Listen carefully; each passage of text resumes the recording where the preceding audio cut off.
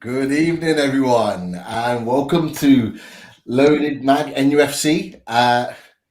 Feels like we've never been away. We are back. It is the fully loaded transfer show, backed by popular demand.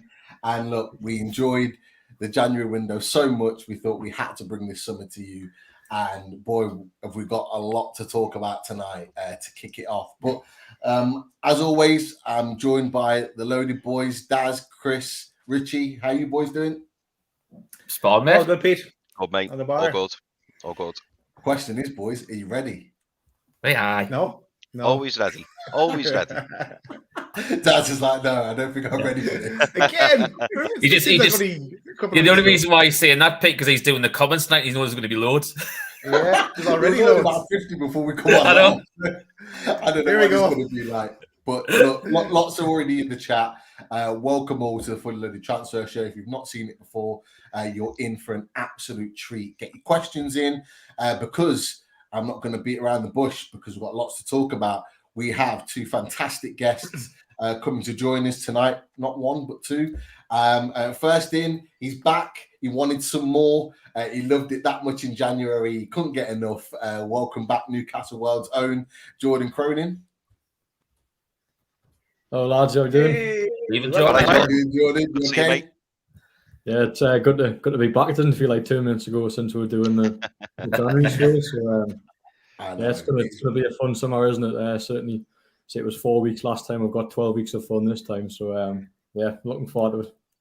Yeah, definitely. I hope you got plenty of sleep in the build up to this because I think we're all going to be shattered by the end of it. And look, as I said, we had two guests, and he joined us a lot during the January, gave us some fantastic news of all things French football based, and we thought, why not bring him on live tonight? And it's a pleasure to welcome him on. So welcome in Lee Davey from the Mail and Talk Sport.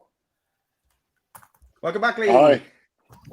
How you doing? Lee, all right? Hey. Late. Yeah. Thanks for having me, guys. Good to see you all again.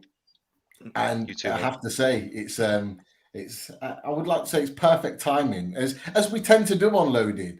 You know, if anyone did watch the show last night with Adrian Bevington, a fantastic show with regards to all things Dan Ashworth, perfectly timed, and it seems like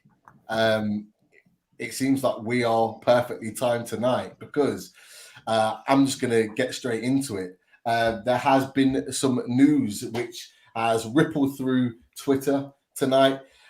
First reported by, would you say he's a trusted source? Lee, there was a question mark there about it when it first came out. Do you know much about Santi? Yeah. And when it comes to French football, yeah, he's certainly one of the more credible sources in French football.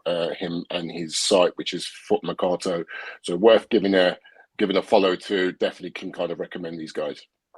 Excellent. So it came out, and everyone was a bit unsure about the situation. Yeah, apparently, talks of a 36 million, and then Zach Lowry then got on the bandwagon, and obviously re-quoted that as well. And you only really know if it's kosher when this man, the here we go man, Fabrizio Romano, comes in. And I think it's fair to say, lads, it seriously took off tonight when Fabrizio Romano came in and mentioned that it was a deal, and not just any deal, a 5-year deal, looking at around 30 million euros. So we could very quickly be getting our first signing through the door. And look, I'll come to you firstly because you're the man with the knowledge of Hugo Ekitike, and in fact, you brought Hugo Ekitike to us in terms of your knowledge back in January. You know, how good of a deal is this for Newcastle United? Potentially wrapping up the deal for Hugo Ekitike. I think it's a really good deal for both parties, if I'm going to be honest with you. This is a homegrown talent, and for Rams, a club like Rams, to recoup this kind of fee is huge for them. We're in a situation whereby most people know about the difficulties in French football with the collapse of the TV deal. Yes, they've been kind of salvaged actually recently. So that's helpful, certainly for the long-term future of a lot of the clubs, the Ligue 1 clubs, with the exception of Paris Saint-Germain, who financially don't really have too many issues. But yeah, this is massive for the club. As for Newcastle, I think Newcastle are going to get a really great talent here. Good player. And for me, I'm really glad that he stuck it out at Rams until the end of the season, because he ended up getting injured, which some of you may know. He was out for 3 months in the end. He got injured at the end of February, hamstring injury, quite a severe hamstring injury. And he didn't come back until about literally a couple of weeks before the end of the season. So, you know, in that situation, I think it's going to work out the best anyway for everybody with him making this move at this point. Excellent. And, you know, people have been kind of talking about him being the next Mbappe, likened him to Thierry Henry. What would you say are his biggest qualities that would really benefit us with regards to our Newcastle team in the way that we're setting up now? Well, this is a boy who can play. I mean, the first thing you naturally think about is his height. He's 6'3". So, you know, certainly when we talk about English football, we start to think about, oh, is he good in the air? You know, there's a lot of balls get floated in, a lot of crosses in English football. Can he get on the end of them? Yeah, you bet you can. Yeah, he's good in the air. He's good, but don't, you know, he's good with his feet. Let's not even doubt that. He's a great finisher. One or two of you may have seen the shootout on Ligue 1 to the last couple of games of the season, where they had like a goal show on BT Sport, and the last day of the season he scored an absolute belter against Nice. And yeah, he's great with his feet. He's dangerous. He's a real goal threat, and that's for sure. Not just that. I mean, he's got 11 goals for the season, but he's got 11 goals in 27 appearances, but throw in 5 assists as well, and that's not bad stats for a 19-year-old who's spent part of this 3 months of the season injured. But I think it's important that people understand that this is his breakout season. He's 19. This was his first season in Ligue 1. And for him to now go and get this move is huge. And I really think that Newcastle are getting a hell of a player here, because, you know, I only ever seen him really going to Newcastle or Paris Saint-Germain. And they're the two teams that really, for me, we're going to be able to pick this guy up. And Newcastle have got in there first, and I really do feel as though it could be one of the signings of the summer. And I just hope that it works out for him, because he's a good lad, he's a good kid, he's got bags of talent, and I really think he's going to bring a lot to the Newcastle team. Brilliant. I think you've got all Newcastle fans very, very excited at the potential of Hugo Ekitike. But look, and even more excited is that Daz has gone to town, and he's already wearing the strip. Although the old strip, we're waiting on the new one to be coming through. But He'd be wearing the new one, Pete, if it was released today. But you have to make do. Yeah, let's not get into that release date just yet. But look, Jordan, I'll come to you. Obviously, great to have you back on again. Hugo Ekitike, obviously, it's looking like it's going to be a done deal. First one in the door. Were you expecting him to be the first one in the door, and were you expecting, you know, him to be the forward that the club were looking to recruit early doors?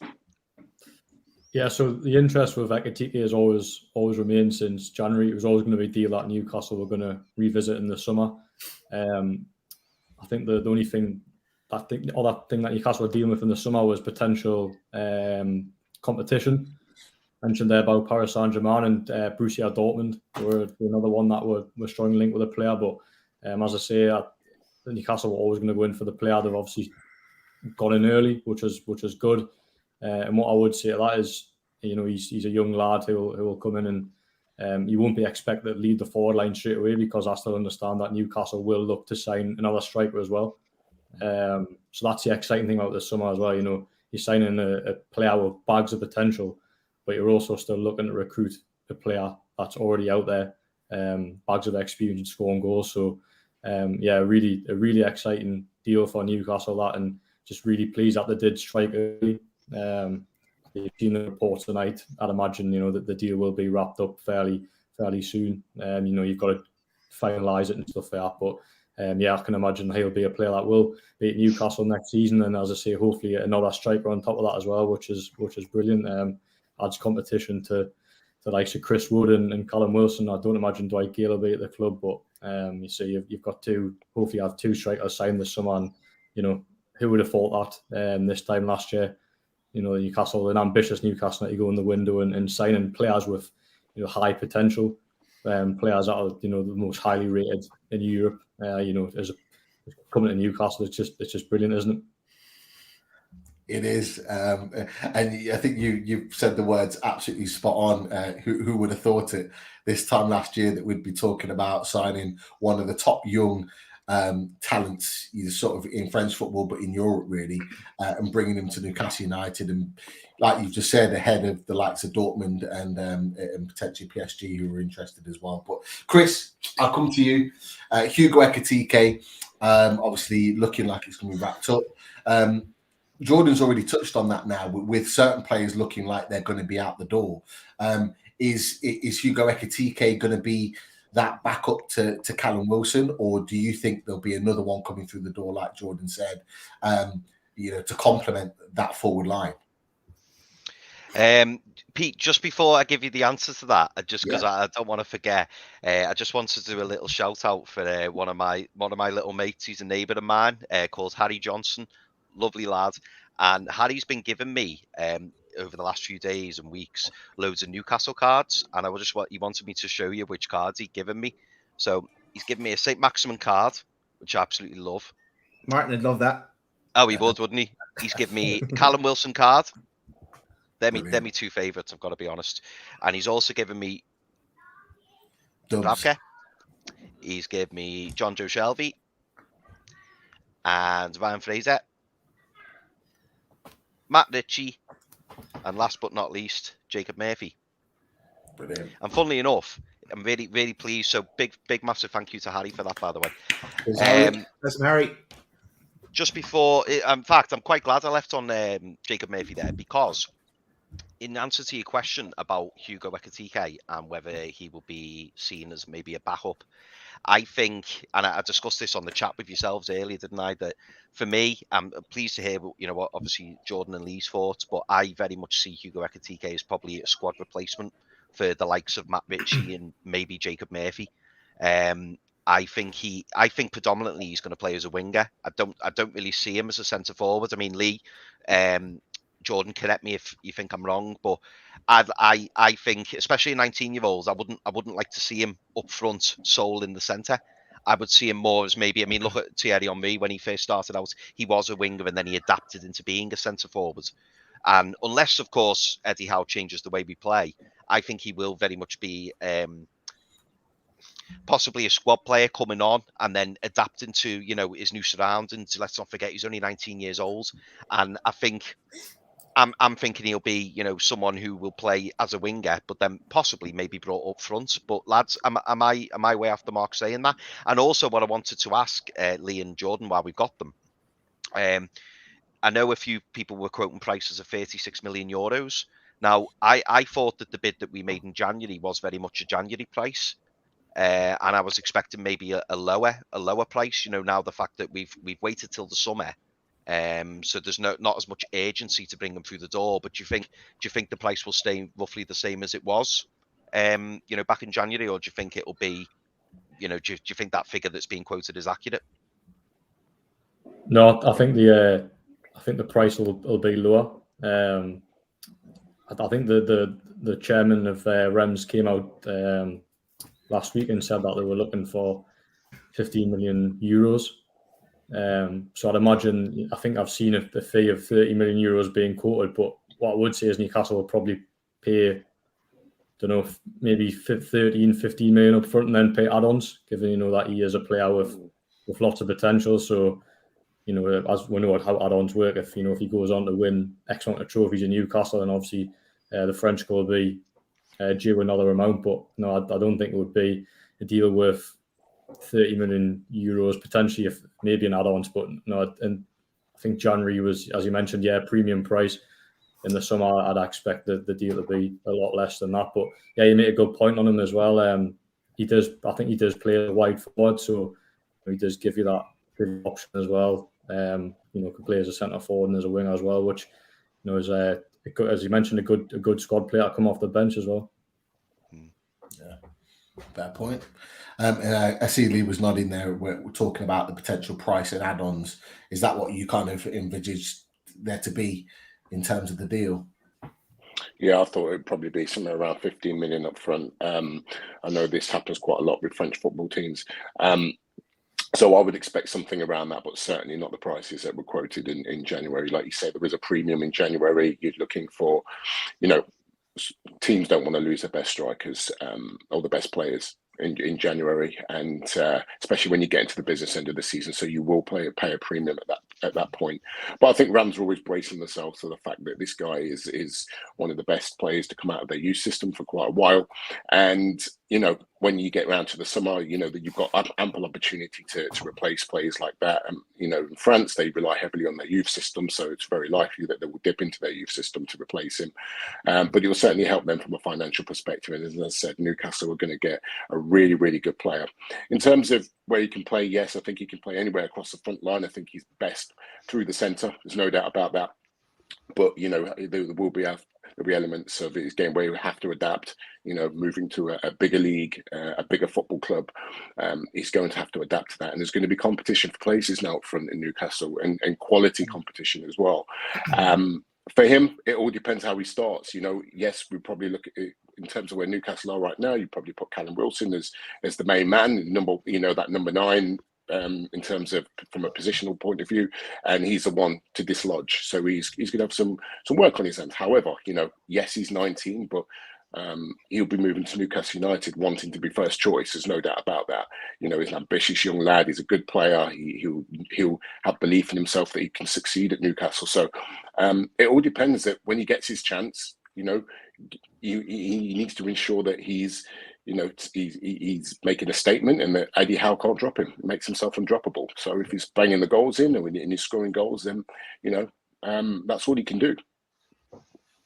And yeah, I think you've raised a really good point there, is that he's going to come in wanting to show what he's about and wanting to be proving that actually he can be first choice at Newcastle United. I think it was a good point that you raised, Chris, about being that backup option, because the way in which Callum Wilson ended the season, you would automatically think he's first choice, but like Lee's just said, and I think he's right, he's not going to want to be waiting around twiddling his thumbs on the bench. He's going to want to be playing. But Daz, I'll come to you with regards to this. So obviously Lee's talked about him going to be wanting to kind of hit the ground running, chomping at the bit to come in and do the business. Is that the reason why Eddie Howe and the board have got him now, to allow him to have a good pre-season with the camp, to settle him in order to make sure that he has the best grounding to have the best start possible at Newcastle United? Yeah, it would make sense. Like, you don't want to bring him in at the end of the transfer window on deadline day, as we nearly did in January, and then it's going to take him a bit of time to settle. And as I remember when Lee was on before, and we first mentioned Hugo Ekitike, but he said that, remember you saying that it was be better for him to stay in France to get a full season under his belt and then come to us. But yeah, it makes sense. Let him settle. And even the likes of Bruno, Eddie didn't throw him in straight away. He gave him a few games just to kind of learn, watch, and then come on from the bench. So I wouldn't be expecting him to start straight away either. Just gradually ease him into the Premier League. He's young, so give him a bit of time. So yeah, and Eddie knows what he's doing.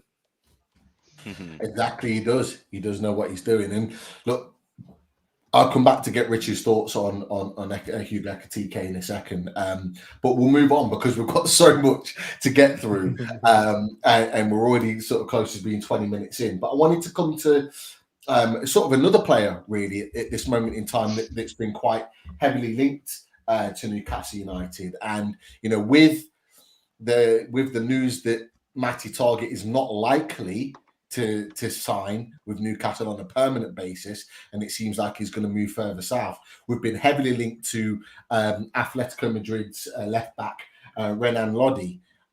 So he's a player that obviously has been playing, at the highest level in La Liga. He's been playing Champions League football. He's not in the current Brazil squad, if I'm right in thinking, but has been in the Brazil squad, got a number of caps for Brazil.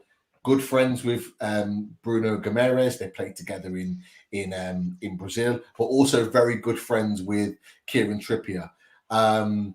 So as it says on there, Atletico Universe is normally very good at keeping people abreast of what's going on with their players, and it says they'd be willing to let Renan Lodi leave as long as the offer is no less than 40 million euros. So, look, Jordan, I'll come to you first with regards to Renan Lodi. Is this link with him genuine? Is that something that you've heard? And do you think that seems to be the go-to guy to take on that left-hand side of defence? Yeah, he's definitely a target, and I can't say too much about the player because I haven't watched him enough. If I'm being brutally honest, but as you mentioned there, there's a big link with Bruno and Kieran Trippier. But I'll talk about Matt Targett because that's something I do know about, and I'm not convinced Matt Targett will be at the football club next season. So the way Eddie Howe was speaking, you never ever give a definitive answer. Always, respectfully said, I don't want to speak about the player because he's an Aston Villa player, but never give off the sort of vibes that Newcastle were going to sign him. And that's the thing, Matt Targett done a great job for the football club. Took a leap of faith really in January to come and join the club in a relegation battle. But next season for Newcastle isn't about relegation battle, and is Matt Targett that left back that'll take you to the next level? Probably not. Being brutally honest, I think if you're playing the sort of bottom 12 teams, he's very dependable. A very good Premier League left back, but I think at times last season, and I suppose happened for most of the players, but you come up with the likes of Man City, Tottenham, Liverpool. Matt Targett was poor ultimately. Didn't look dependable in the game at all. Struggled. So I think Newcastle are looking at another left back option, someone that's probably better than Targett. If they don't get better than Targett, that's when they maybe will look to revisit a deal. But I think we could see someone coming in ahead of Targett. I say I'm not completely ruling out that Targett won't come back, but I just think at this stage it's very unlikely. As mentioned about the £15 million release clause, I'm not sure when. I've seen a comment before. I'm not sure when that expires. So yeah, it's one of them where later in the summer, Matt Targett might be one to revisit, but at this stage, I don't think he'll be one that they snap up straight away. They'll certainly look at other options before committing to a deal with Aston Villa for Matt Targett. No, I think that's more than fair. Richie, we didn't get a chance to come to you about Hugo Ekitike, so we'll come back to that in a second. But we're just talking about Renan Lodi at the moment, and Jordan just touched on obviously Matty Targett and thinking in his mind that from his opinion that he doesn't believe that Matty Targett will be a Newcastle player next season, and that's why the Renan Lodi links have really started to kick in. But I'm going to ask you the question: why do you think that Newcastle are steering away from Matty Targett, considering how well he played for us? And looking at Renan Lodi as an alternative, why do you think that change has shifted slightly in the last 3 or 4 weeks? I think one of the things obviously we're going to look at is obviously he was on loan, so it's one of those try before you buy sort of deal anyway, isn't it? And obviously it looked like it was a match made in heaven. Obviously you can see how well he took to the dressing room, how all the fans loved him, how well he played for Newcastle. But that doesn't necessarily mean that him and his family want to come back. And obviously, there was the Instagram post of his partner who said, obviously, thank you very much for 6 months and stuff like that. So, we don't know if it was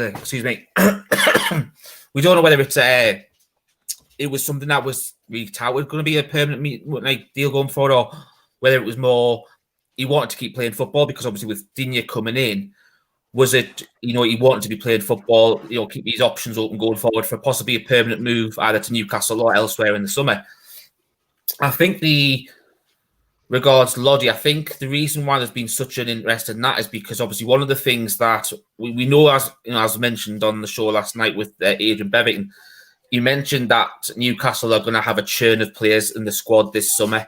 We've worked out when we did squad game, we're probably looking at realistically, we could have double figure players going out this summer technically. Whether that is actually the case is obviously different. A different thing, but one of the things that was imperative that they keep, and obviously Eddie Howe's alluded to it, is that togetherness in the dressing room. Now, the one thing that Loddy does have, he's got a lot of connections to squad members already. He's an ex-teammate of Kieran Trippier from the obviously Atletico Madrid. They won the league together. But he knows Bruno Guimaraes very well from being teammates with Brazil and also Atletico Paranaense before he joined Lyon. So you've got to look at, when you're buying foreigners and obviously someone who's not adapted to the league, having that connection with other people that can come in, help you settle quicker, understand what's required of you. So the language barrier is not going to be an issue either. There's a lot of other little things that go along with that. But obviously we know that Renan Loddy's really good attacking fullback. There's always been a little bit of questions regarding his defensive side. That's nothing to say that that's not something that, especially Mike Tyndall can work with. And obviously when you're bringing in better caliber of players around him as well, that's also going to make it easy to settle to that position as well, going forward and also covering it in defence as well, Pete. No, I think it's a really good point. And just to touch on something that I think Michael Palmer in the chat has said, and I'll come to you with this, Chris, in that he's mentioned is it Renan Loddy and then Matty Targett, or are there other potential options in the middle? Or, and I'll ask you this question, is there an opportunity to sign both? Because a lot of Newcastle fans said, well, why don't we sign both? What do you think about that? I feel like you've asked me this because I've got an opinion on this. So yeah, for me, Pete, I think we only need one left back this window, and my reason behind that is because I do feel like yourself and Richard spoke about, there is going to be a big change. And for me, I think we need one left back, and I think we need to give Jamal Lewis another season, because I do think there is a player in there. When he came back into the team under Eddie Howe, and obviously he had a nasty injury, which left him out for the rest of the season, which is why he wasn't chosen in that 25-man squad in January. And for me, I think he deserves another season, and I think we've got a lot of upgrades that we need to do throughout the squad. And I think if we're going to bring in a first choice left back, why bring in two left backs and let him go when we could just bring in one left back and give him another season, even till January, and just think, let's just see what happens with him. But I think he's more than good enough to be an understudy, or at least challenge the new left back that comes in. So for me, to answer your first part of the question, I think we only need one left back. I certainly wouldn't be signing two, because I think there's other areas of the pitch we need to look into and consider. In terms of Matty Targett, and I was meaning to jump in and ask Jordan, but I was on mute, so no one heard me. But I wanted to ask Jordan this, and Lee, obviously, Lee, jump in if you've heard anything, mate. But I was interested to know whether, you've heard that Matty Targett doesn't want to stay. I mean, we've seen reports that he wants to move back down to London. We've seen reports, and I know that it came up in the comments, that his partner isn't settled in the Northeast. So I wanted to know whether it was a case of it's more the player who's decided not to stay, or whether it's the club deciding that they're going to look elsewhere. And if it's not off the table, that's fine. But when we did a show with Mitch, I think it was last week, wasn't it, Pete? We did a show with Mitch last week, and he was saying it would be near on stupid to not do the permanent deal for Matt Targett if the fee that's been mentioned is true of 12 million, to make it a permanent deal. So it kind of left me thinking, are the club looking for an upgrade, and that's why we're looking at Loddy. The only other thing I'm going to say as well is I'm wondering whether Loddy could be a smokescreen. Now, I know people may think that's bizarre, people may think that's odd, but it seems to me that he's probably the player we've been linked with most since the last transfer window. And I just feel that maybe we know sometimes, don't we, that clubs don't like to disclose who they're going for. I know there's been links with Lucas Paqueta, and I know there's been links with Darwin Núñez. And Botman. Yeah. I mean, the owners have practically said that they want Botman. But with Loddy, he kind of came out of nowhere, and I know we need a new left back, but I've just got this gut feeling we're not going to go for him, or we're not going to get him. I don't know what it is. I just feel like it seems it seems he's been spoken about a little bit too much, and I'm wondering whether we're going to be doing something in the background to distract everyone and go for our first choice, perhaps. But what do you think of that? Do you think I'm way off? Or Lee, I'd be interested to hear your thoughts on this, mate, because obviously, you know, you may have heard more than what we have in terms of us going for Loddy.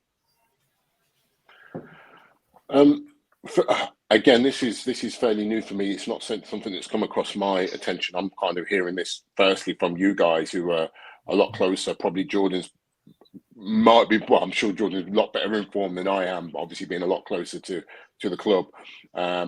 Just for what it's worth, what I have seen of Loddy, I think is a decent player. He's somebody who can definitely add something to the team going forward. He's a decent attacking fullback.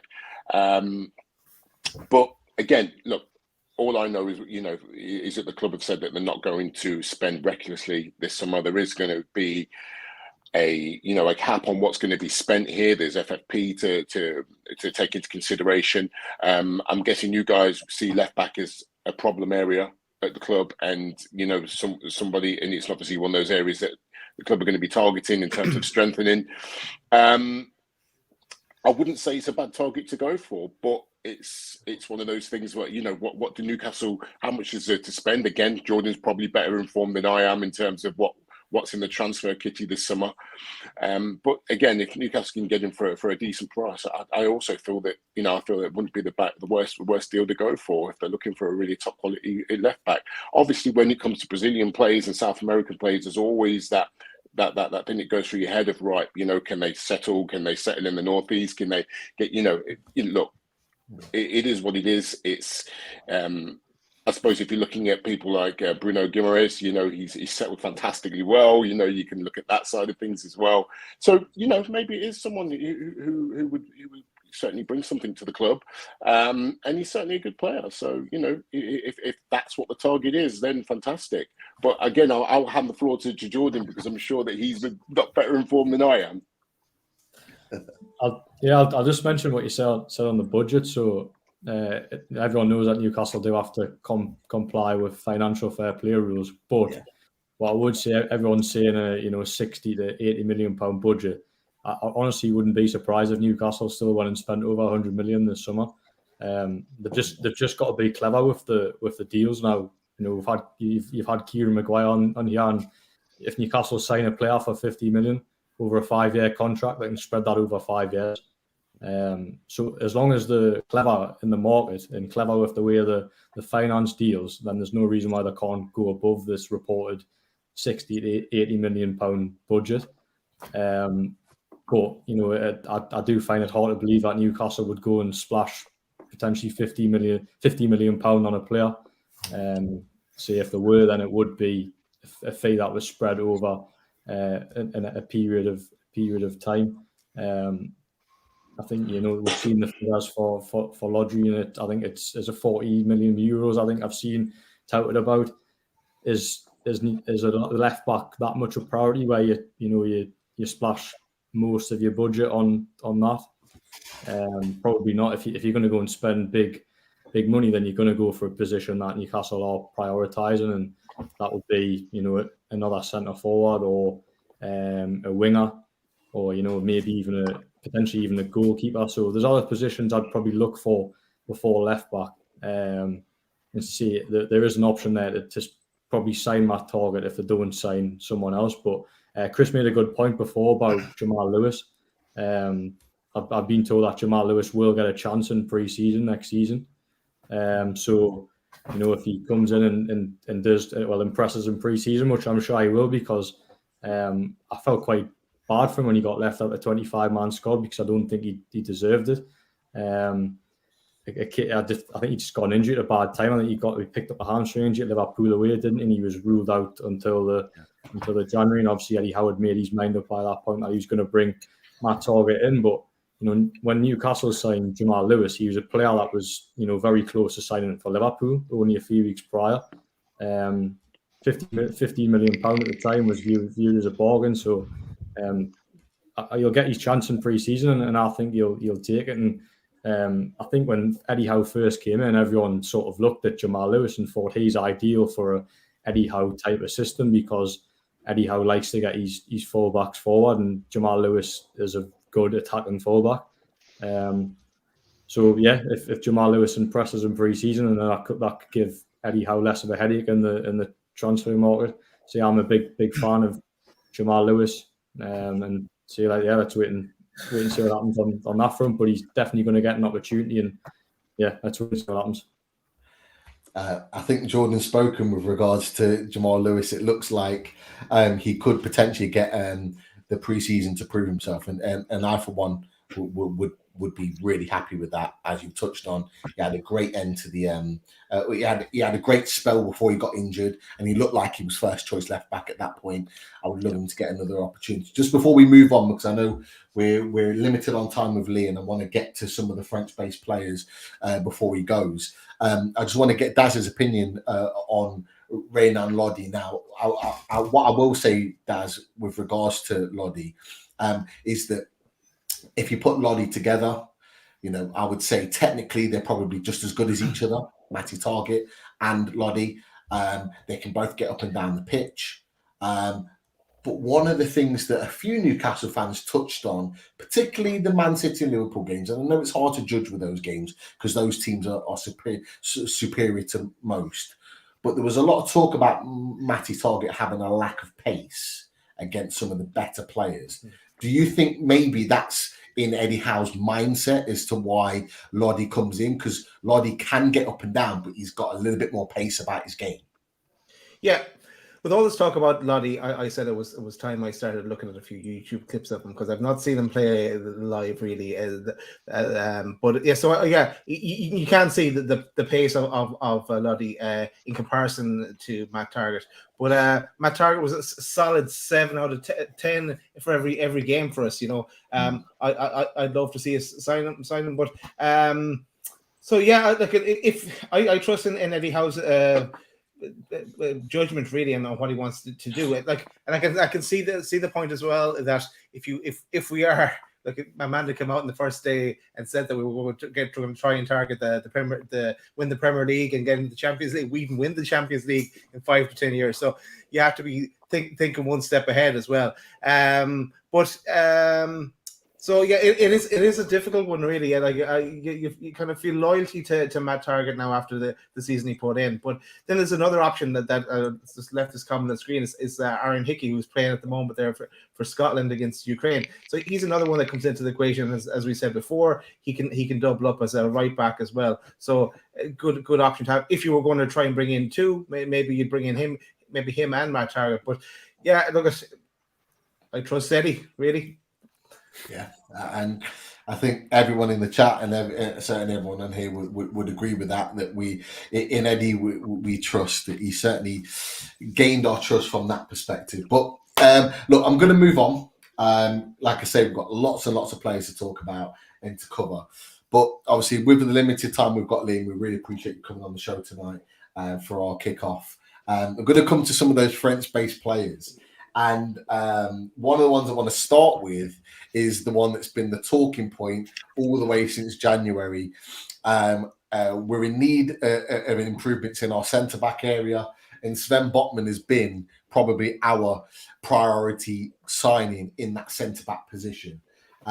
So there's been a few moving parts with Sven Botman recently, but from your perspective, where do you see the situation with Sven Botman?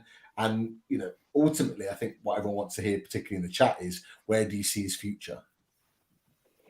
Yeah, I don't think much has changed really. Obviously, at one point in January, it looks as though Newcastle were moving a step closer to landing him. I think the key aspect there was being the fact that Lille didn't want to let him go in January. I think for the right price, and we go back to talking about those January premiums, it would have been a hell of a premium for Newcastle to have to pay to get him in January. I think Newcastle was smart in terms of not going and not pressing ahead with the deal, even though I know that Lille did say in the end they wanted to hold on to him. They had a Champions League game with Chelsea that they wanted to, they felt themselves they could get through, and they wanted to see the season through with Botman and with their team. Now, that team is now getting dismantled. That title-winning team from 2020, 2021 is getting dismantled this summer. And there's a lot of players that there's 3 or 4 that are already out the door. Now, obviously, Lille like to get a lot of money for their players, and they have done in the past. Victor Osimhen, Nicola Pepe, and Sven Botman is the next real big asset that they're going to make a lot of money out of. It seems to me as though it's going to come down to AC Milan and Newcastle. I think they're the 2 teams that have really been in for him from the start and showed a real concrete interest. Newcastle's interest has never kind of gone away. I'd like to see him at Newcastle. I think there's a genuine interest there. I think with him not moving in January and staying at Lille, I think Botman's been able to see firsthand what this new Newcastle project's all about. And let's be honest, what he would have seen over the last 4 or 5 months, I think he's able to look and say, right, this is a real deal. Because in January, I believe Newcastle were in the bottom 3 in January or there or thereabouts. And, it's been a very comfortable, it was an 11th place finish, wasn't it? 11th place finish, right? Yeah. So it was a very comfortable 11th place finish, but the improvements are there to be seen. So if he ever did have any doubts about saying, right, what's my next step? Where am I going next? He's been able to see, obviously Bruno Guimaraes come in and become a cult hero already in the city. Why wouldn't he want that? The other option obviously is AC Milan. And obviously, there's a little bit of uncertainty with their takeover at the moment. And for me, I look at this situation, I think now's the time for Newcastle to jump in. And, whilst that deal hasn't gone through yet with Milan, which will affect their transfer funds, I think there's a great opportunity for Newcastle to steal a march in there and get in there and get the deal done. Whether he would look at AC Milan and think, well, I'm assured Champions League football there, and that might be something he's holding out for, I don't know. But then again, look, this is a guy who's young. He's got plenty of years ahead of him. I think if he's smart, he moves to the Premier League. He sees that Newcastle are going to be aiming higher next season. And I hope Newcastle can get him. I think it's going to be a straight shootout between the 2 clubs. Interesting. Look, I'll open the floor to yourself, Jordan, with Sven Botman. Obviously, you've covered him a lot since January. Where I think I think Lee's right. I think it is a straight shootout between us and AC Milan. There are pulls for either side of the coin. Martin's well. Great to see him in the chat. But there are pulls from either side. But in your opinion, in your gut feeling, where do you think you see Sven Botman? Because we kind of know that he's our primary centre back target. But do you see him as someone that we will eventually get in? I think Lee summed it up quite well. If AC Milan don't manage to strike a deal, and I think Newcastle are ready to swipe in and take him. As I mentioned, he has been the club's top priority centre back signing since January. But obviously AC Milan I think he's gave AC Milan his word that he'll sign there, but the delay of the deal at the minute is because of whatever's happening over there. I think is it a finance issue or takeover or something along those lines. Yeah, apparently they got took over today. Is it Chris might be able to comment? Is it a Liverpool minor shareholder that's took over them? Is that right? I haven't yet, to be honest, mate. I've seen the name of the company that's taken over them, but to be honest, I didn't know there was a link to Liverpool. Yeah, apparently it's a 1.2 million, 1.2 billion deal. Apparently, we caught the TalkSport it went actually got approved today, so that could have if the deal on things going forward. So yeah, as I say, I think AC Milan are in the driving seat, and it's up to them. If they can't do the deal, then Newcastle will be ready to strike. But yeah, I think my gut feel at the minute says that he probably will sign for AC Milan unless I say they can't get the deal done. But there's other centre back signings that Newcastle will look at. If they do miss out on Botman, don't worry. Say we've got enough money now to go out and sign someone just as good, maybe not as young as potential, but then go out and sign an established centre half. Just a lot of supporters, sort of worried that Newcastle sort of missed out on Diego Carlos, but again, that wasn't the case. Diego Carlos was a sign they looked to do in January. Yes, he remained on the club's radar for the summer, but the targeting sort of younger options. I know he's only 29 years old, which is still quite young, but in terms of football, in terms Newcastle are looking at different options. So they've got a big list of potential signings, and see if they don't get Botman, and Newcastle's supporters just don't get worried, because they will go out and try and establish centre half this summer who fans will be really impressed with that he signed for the club. No, I think that's a fair point, and it's going to be one where we're going to keep our eyes really sort of firmly on that centre back position, because I'll lay it out for Richie, Chris, Daz, jump in with regards to your Botman thoughts. Obviously, we've been tracking him on the Fully Loaded Transfer Show since January. What are your thoughts now? Are you of the same mindset as Jordan, that you think he'll end up at AC Milan, or do you still think there's a little bit of hope that we can get that deal done? Because as it was put on the screen about the way in which it's played out with Botman in the last couple of weeks, there was a point where Paolo Maldini said, he's not one of the priorities. And actually, Newcastle World reported this, that he's not necessarily one of the priorities. Could that give us a way in? Is it maybe closer to Newcastle at this point? I don't know. What are your thoughts on that? I think the one thing I'd be concerned about if I was Sven Botman was the fact that, and I think Maldini actually alluded to this as well, that Kalulu and Tomori had fantastic seasons for AC Milan, and you've even got Simon Kjær, the Danish captain there as well, who's been a long-standing captain for AC Milan as well, and he's a good player. Obviously, he was injured for the majority of last season, but I think what you've got to look at there is he's not necessarily destined to be a first-choice centre-back, and I think especially when you've got a World Cup coming up in November as well, you're going to be wanting to be playing every week if possible.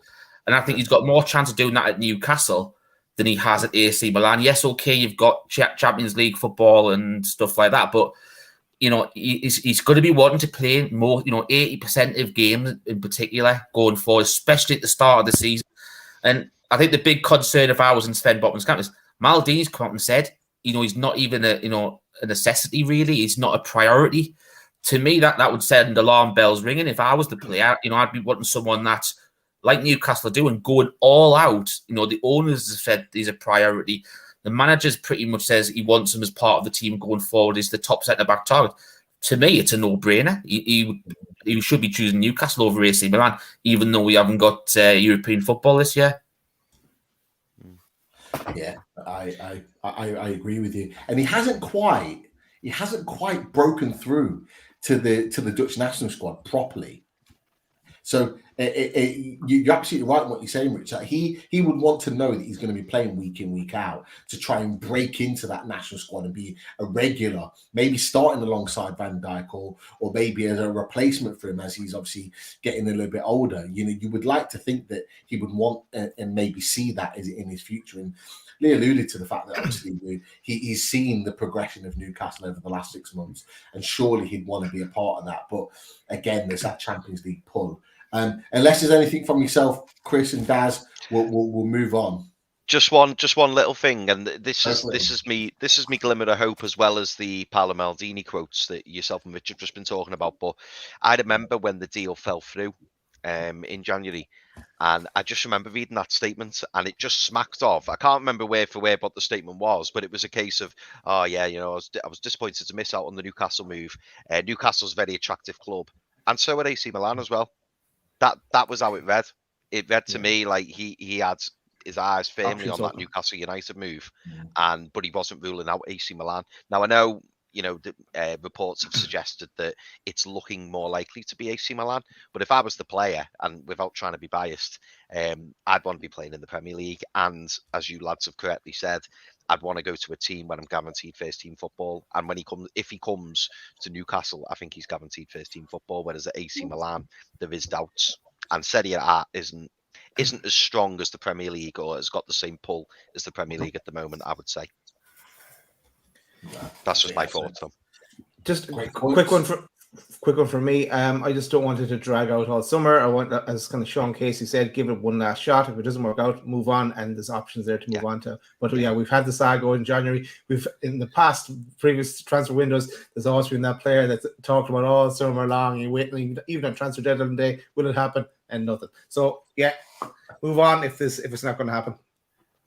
And you're absolutely right. And look, over the course of the summer, we will be getting into those alternative options as they come about if the Sven Botman deal doesn't come through. Now, I'm going to go through a couple of names and then with yourself, Lee, and then I'm going to ask if there's any others out there that maybe some of those hidden gems that we may not know about in French football that you might want to talk about. So a couple of names off the top of my head from French football point of view.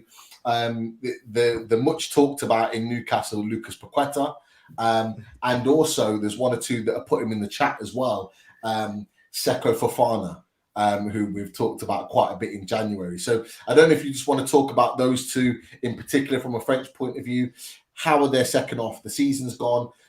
You know, where do you feel their futures lie with regards to their next potential moves? Yeah, I'm a massive fan of Seko Fofana. For me, the best midfielder in Liga last season by a mile. He's just literally their captain, fantastic. He cannot stay at Lens, with the greatest respect to Lens. They just missed out in European football, although they had a really, really solid season. He has to move on. He's in his mid-20s now. He needs his big move, and he could play. He could play at most clubs. He should be playing either. If he's not playing in the Premier League, he should be playing in certainly in European football in a different league, but playing European football, Champions League football. He's that good. A real powerhouse of a midfielder. Scores goals, creates chances, breaks up play, great killer ball, short, long passes. He's got everything to his game. He's really kind of come on leaps and bounds certainly the last couple of years that Lens have been, since Lens were promoted to back to Liga. If he's at Lens at the end of the transfer window, I'll be massively surprised. Somebody needs to take a punt on him. He would be a fantastic addition to Newcastle United, huge addition if Newcastle can get hold of him. Again, if you haven't seen him, I'm sure you can check out his highlights on YouTube. But certainly for me, somebody needs to take a punt on this guy. He's that good. He's that good. He really, really is. So, and he'd have no problems adapting to the Premier League whatsoever. Really top player.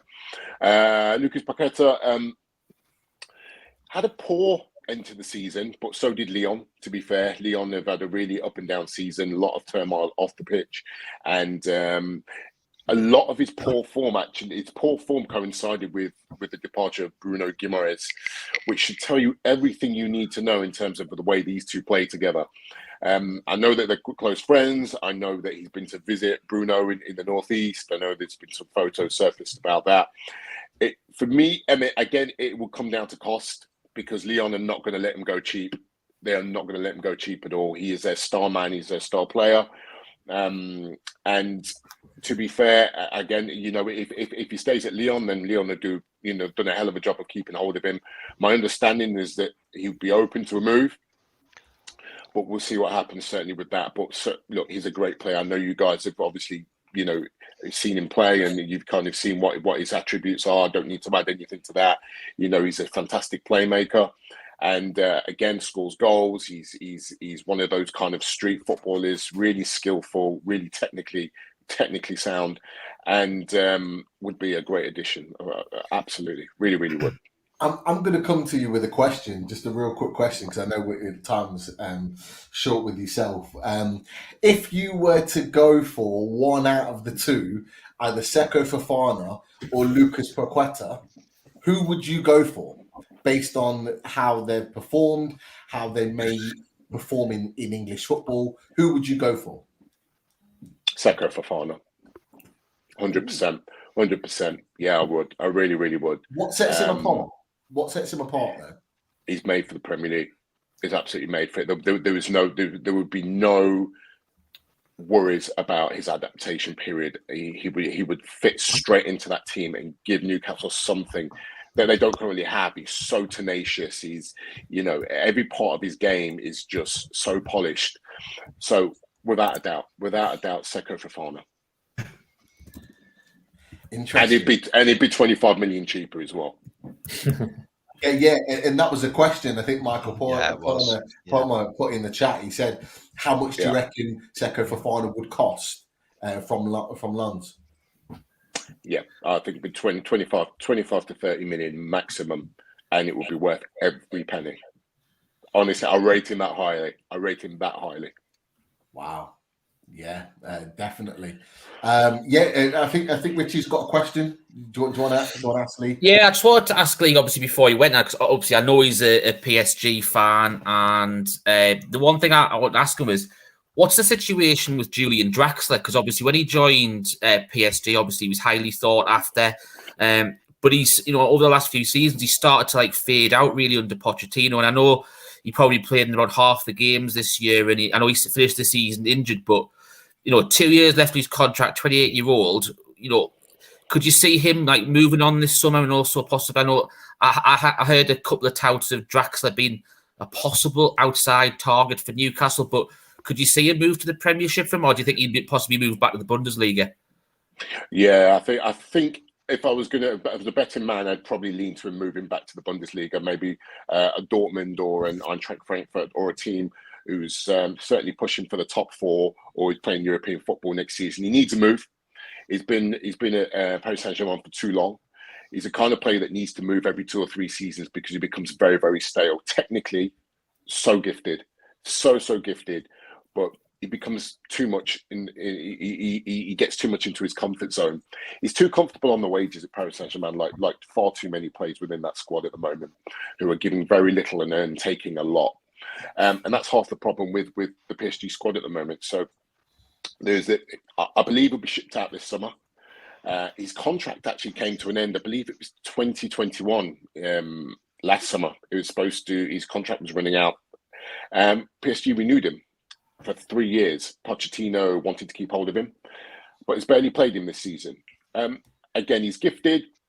I think he needs a new lease of life. He needs to move on. And I don't think it costs too much money either. I think for 20 to 25 million for a 28-year-old who's supposedly in his prime, international footballer, I think PSG slapped their hand off for around about the 20 million mark. I really, really do.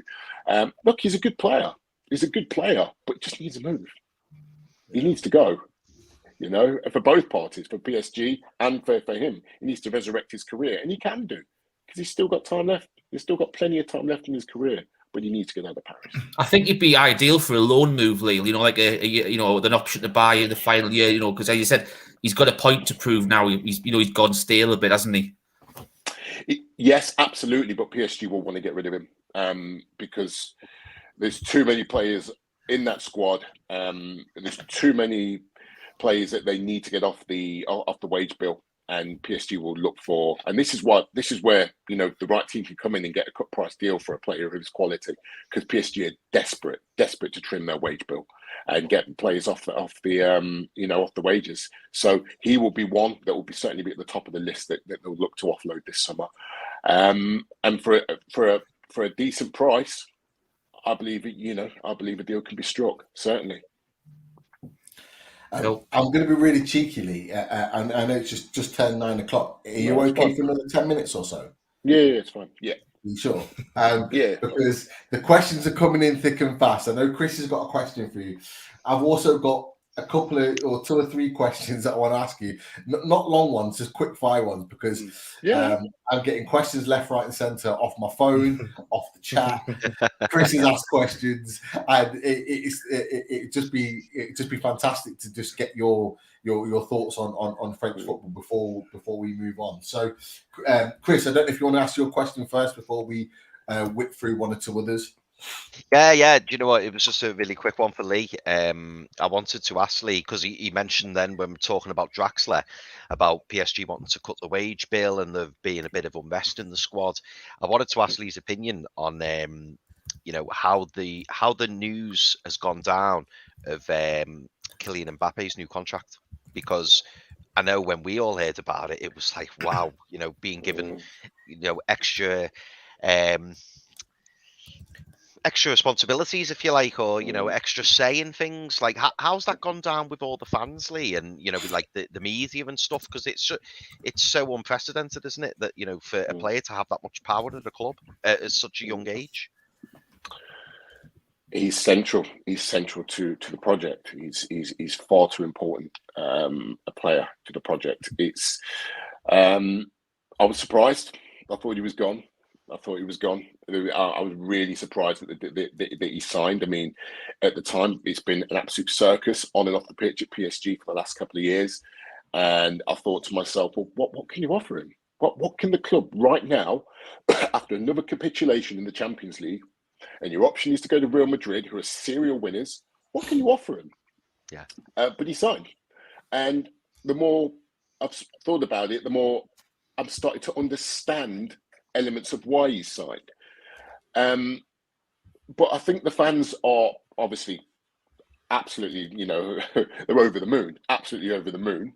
And so there should be, because he's a guy who's going to, at the end of his contract, commit 8 years to Paris Saint-Germain in Ligue 1, when, he can play at a much higher league, a much higher standard of league. And, this is a team that have the Champions League consistently evading them. But one Champions League with Paris Saint-Germain will mean more than 3 Champions Leagues with Real Madrid. It will, because it's his home club. He can create history. He will leave a legend. He will leave the king. And, he will leave with the blessing if he's able to do that. Excuse me. But it's a massive if. It's a huge, huge if, and you need a lot of luck along the way to be able to win that competition. In terms of his influence, I think there will be certain things that will be ran by him. To what extent, we don't yet know. I also think that this probably isn't as unprecedented as people think, because I believe, to my understanding, is Messi had similar influences at Barcelona. So I don't think it's massively a something that's completely new. But when you have the wealth that Paris Saint-Germain have, when you have the influence that Paris Saint-Germain have, and you can blow these huge legacy clubs out of the window, then you're going to push boundaries to the point where people haven't pushed them before, and that's what they're doing. The likes of Real Madrid and Barcelona, when they come knocking for your players, usually you submit. I remember Cristiano Ronaldo and Manchester United, and Liverpool have with Coutinho, and and other players in the past, and Arsenal did with Henry. Paris Saint-Germain doesn't happen. It won't happen. Nasser El Khelaïfi does not view his club, whatever anybody thinks, inferior to any other club. He doesn't see them as inferior to Real Madrid, to Barcelona, and he will not lay down for them. He will not sell to them. Now, if Kylian went on a free, that's different. But he will not sell his star assets. And, they will leave on free transfers, basically. So he will not sell to these clubs, because he doesn't view them bigger than the club that he's a president of. And I have to respect that. Because it's so easy to bow down to these huge clubs, and he doesn't. He just will not do it. So it's huge. It's a massive deal in France. Obviously, it's not gone down well in Spain. I hope Kylian's watching some of that, the media that's happening over there, and some of the fan reaction. I hope he's watching that and signs a deal for life. But we'll see. but no, we'll see how it goes this season. But there's change already at the club. New sporting director coming in. A lot of players going to get shipped out now, and it feels like a rebirth. But worth keeping an eye on Neymar. That was a question that came out. What's the situation with Neymar? Obviously, he's been linked with Newcastle United. I think maybe it's the only club that he could potentially go to financially. I know we've spoken obviously off air about Neymar, and you've been adamant that PSG want rid of him. Is that still the case? Yeah, they're open to.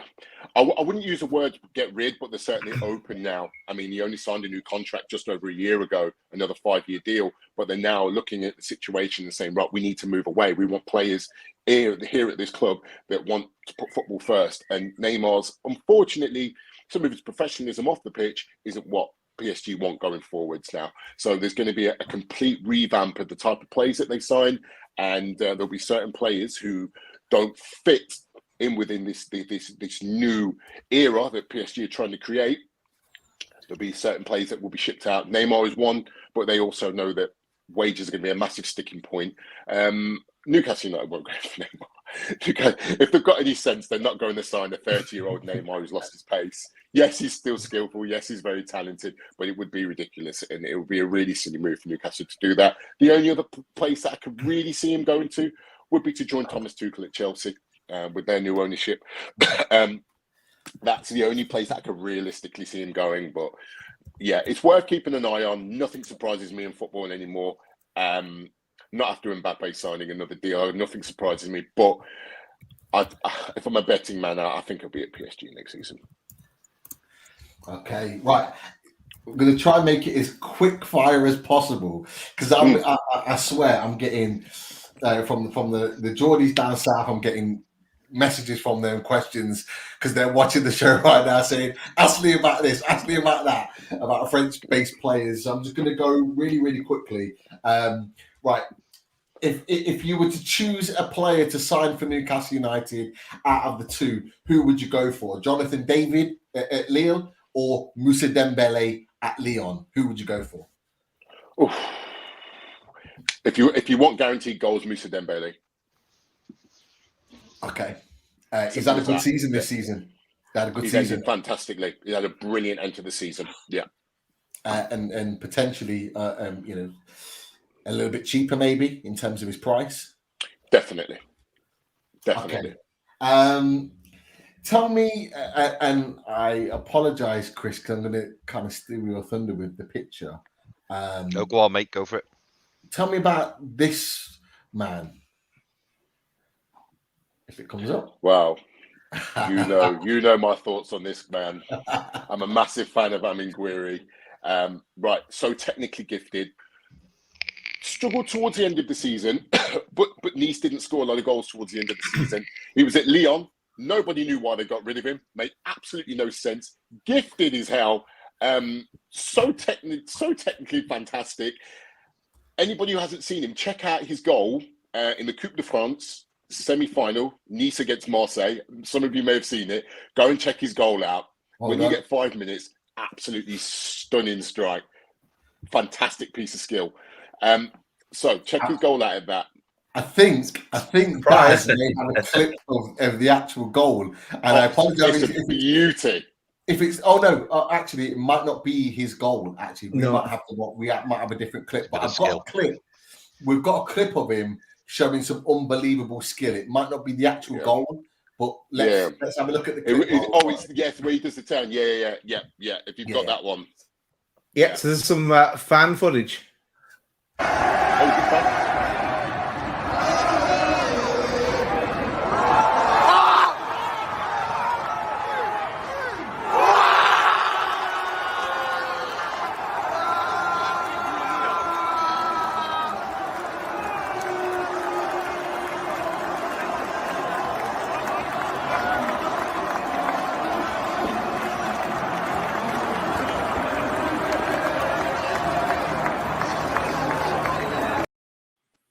Need more flags. Yeah. That piece of skill is outrageous. Beautiful piece of skill. Oh yeah, hell of a player, really good. He'll be the future French number 9, without a doubt. He's 22. There's still time for him. Love him to get a big move. I'd love him to get a big move. So yeah, big fan of Amin Gouiri. I know we talked, and you were in one sense hoping that if Mbappe left, that maybe he would be the replacement at PSG. That's how kind of highly you rated him. So guys, if you've not everyone in the chat, if you've not heard about is it Gouiri? Gouiri, sorry. If you've not heard about Gouiri, go check him out. Talented boy at Nice. I've got another couple of quick fire questions with regards to we've got William Saliba. There's been tentative links with Newcastle United, obviously on loan at Marseille, contracted to Arsenal. What are your thoughts about him? Do you think that he'll go back to Arsenal? Do you think he'll stay at Marseille? Do you think Newcastle got a chance? What are your thoughts? Newcastle have definitely got a chance purely because Marseille could not meet the asking price. I think Arsenal, from what I can gather, were looking in excess of 30 million. Marseille don't have that money. They don't. They've just lost Boubacar Kamara, which was one of their big assets, and he's gone on a free transfer. They will not be able to. He wants to stay in Marseille, of course he does. You know, he's had a fantastic season there. He wants to stay there, but he's not going to be able to, unfortunately, unless Marseille finds some money from somewhere to stump that up. So it's not going to happen. That opens the door for Newcastle if, obviously, the Botman deal doesn't go through, who seems as though that's the number one target for Newcastle at centre-back. But, you know, certainly William Saliba would be a second fantastic option. Excellent. And I apologise if I don't pronounce his name correctly, but been heavily linked with Real Madrid at the moment. I'll just put that in the chat, Peter. Oh, sorry. I apologise. It's all right. Yeah, Richie put it in there, but the journalist down South Boy said the same. Tchouaméni at Monaco, if I'm right thinking correctly. Yeah. On the verge, I think he's with you under 21s at the moment. Looking like he's going to join Camavinga at Real Madrid. Yep. How good is he? Yeah, brilliant. Yeah, it's really good. Yeah, he's Tchouaméni is just a top footballer. Started off at Bordeaux, went over to Monaco, and he's just literally the last couple of seasons he's just sprung into life. He's going to be he's a top player now, but he's going to be a fantastic footballer. Can totally see why he's going for the money that's been kind of spouted, 80 to 100 million. Can see why he's going to the European champions. Absolutely. Be mad to turn down Liverpool room for him. Paris Saint-Germain, Kylian Mbappe's trying to speak to him to try and get him into PSG. He wants to go abroad, and that's totally respectful. You got to be respectful of that. When Real Madrid come calling, well, unless your name's Kylian Mbappe or Francesco Totti, you don't turn them down. But there you go. But no, a great player, and I'm sure that when he's playing in the Champions League next season, whether that's with Monaco, he stays there, or whether it is with Real Madrid, I think everyone will start to really see him, see what this guy's all about. Last couple of things from me. Are there any players out there, any names out there that we haven't talked about tonight for people to keep an eye on maybe this summer? Yeah. For Newcastle? Yes, but not from France. I think there's one player that Newcastle I think should look at is it Torino centre-back Gleison Bremer. I think everybody should be looking at this guy. And if you've not been watching yet, we're prepared, aren't we? Now, this is a guy who's absolute... Now, I've covered Torino a couple of times this season. This season just finished. I've covered Torino a couple of times. This guy has impressed me every time he's played. I believe he won one of the awards in the Serie A. He got best defender in Serie A, didn't he? Best defender was it? Right. Yeah, but has he not got a pre-contract agreement with Inter or something? We discussed this briefly last year. There was a rumor going on with Inter. I don't think so. But Inter have supposedly got pre-contract agreements with everyone. Dybala is another one, even though that's not even the case yet, even though they've offered him something, but nothing's there. But no, he's not got a pre-contract agreement with anybody as it stands. But he's somebody that everybody should be looking at. He's just been fantastic. I hope he continues it on to next season. Again, it's been a real breakout season for him in Serie A this year. And but his stats are incredible. His performances are even better. But again, if nobody's kind of seen much of him, go check him out. Really good player, and everyone should be looking at him. And the key thing for Newcastle United is he's Brazilian. Well, there you go. There's already a song for him in there. Then. we do like our Brazilians. Any more players? Kind of any other players to look out for? Maybe just one more.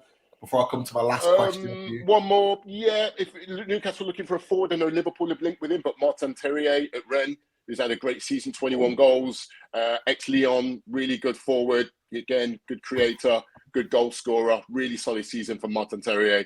And another guy there, I think West Ham looking at him, but somebody in the Premier League was looking at him, Benjamin Bourigeaud. Bit of a tongue twister then, really good right-sided attacking midfielder. Solid season for Rennes, who have qualified for Europe again. So a couple of good guys at Rennes. Always a team worth watching. Score a lot of goals. But Benjamin Bourigeaud and Martin Terrier, and they reckon if Sadio Mane goes, then Martin Terrier might be someone who might replace him. So we'll see how that goes. But yeah, it's a couple of good players there. And I think it feels like we've already talked about how we're going to plan this show, because you've talked onto the last point I was going to make before I let you go. And I really appreciate you taking a little bit of extra time to talk to us tonight. You've moved us on nicely because you talked about right-sided attacking midfielders. What are your thoughts on Moussa Diaby? Because we're going to move on to him next. Now, I know that he's at Leverkusen currently, but I know he signed from PSG to Leverkusen. And I think, if I'm right, you were really disappointed when he moved to Leverkusen because you didn't want him to leave PSG. Just talk to us a little bit about him before you go. Should never have left. Should never, ever have left Paris Saint-Germain. Didn't understand it one bit. And he left for a really silly fee. I don't know if it was in 10 million or maybe a little bit less than that. But it was ridiculous because he was playing really, really well. Came through the youth system. So pacey, really direct, but also, a threat in front of goal. Glides past players, defensively pretty sound as well. Played often as a wing back, actually, a right wing back for Newcastle. So sorry for Paris Saint-Germain. So he's got that in his locker as well, where he can play. Defend. He's pretty solid defensively as well as attack minded. So he's so versatile and such a good player. It's just another one of this conveyor belt that just kind of drops off and goes elsewhere. And I just don't understand why PSG have adopted this approach. But another player that is a potentially another 40-50 million pound player that they've let go, like Nkunku. I mean, where do we even start? But there you go. Great player, really good, and can hopefully certainly can play in the Premier League. And I think it'd be a great asset for anyone who gets him. Excellent, Lee. It's been an absolute pleasure to have you on. Great insight. No, thanks, guys. Sorry for taking up so much time here. You guys need to get there and get some questions in for these guys. Definitely, absolute pleasure. And look, we'd love to have you back over the course of the summer to talk more things French football, and maybe even do a special when or if and when Hugo Ekitike signs. But look, definitely. We'll keep in touch, and we'll speak to you soon. Awesome. I'll see you Saturday. I'm making chicken. Yes.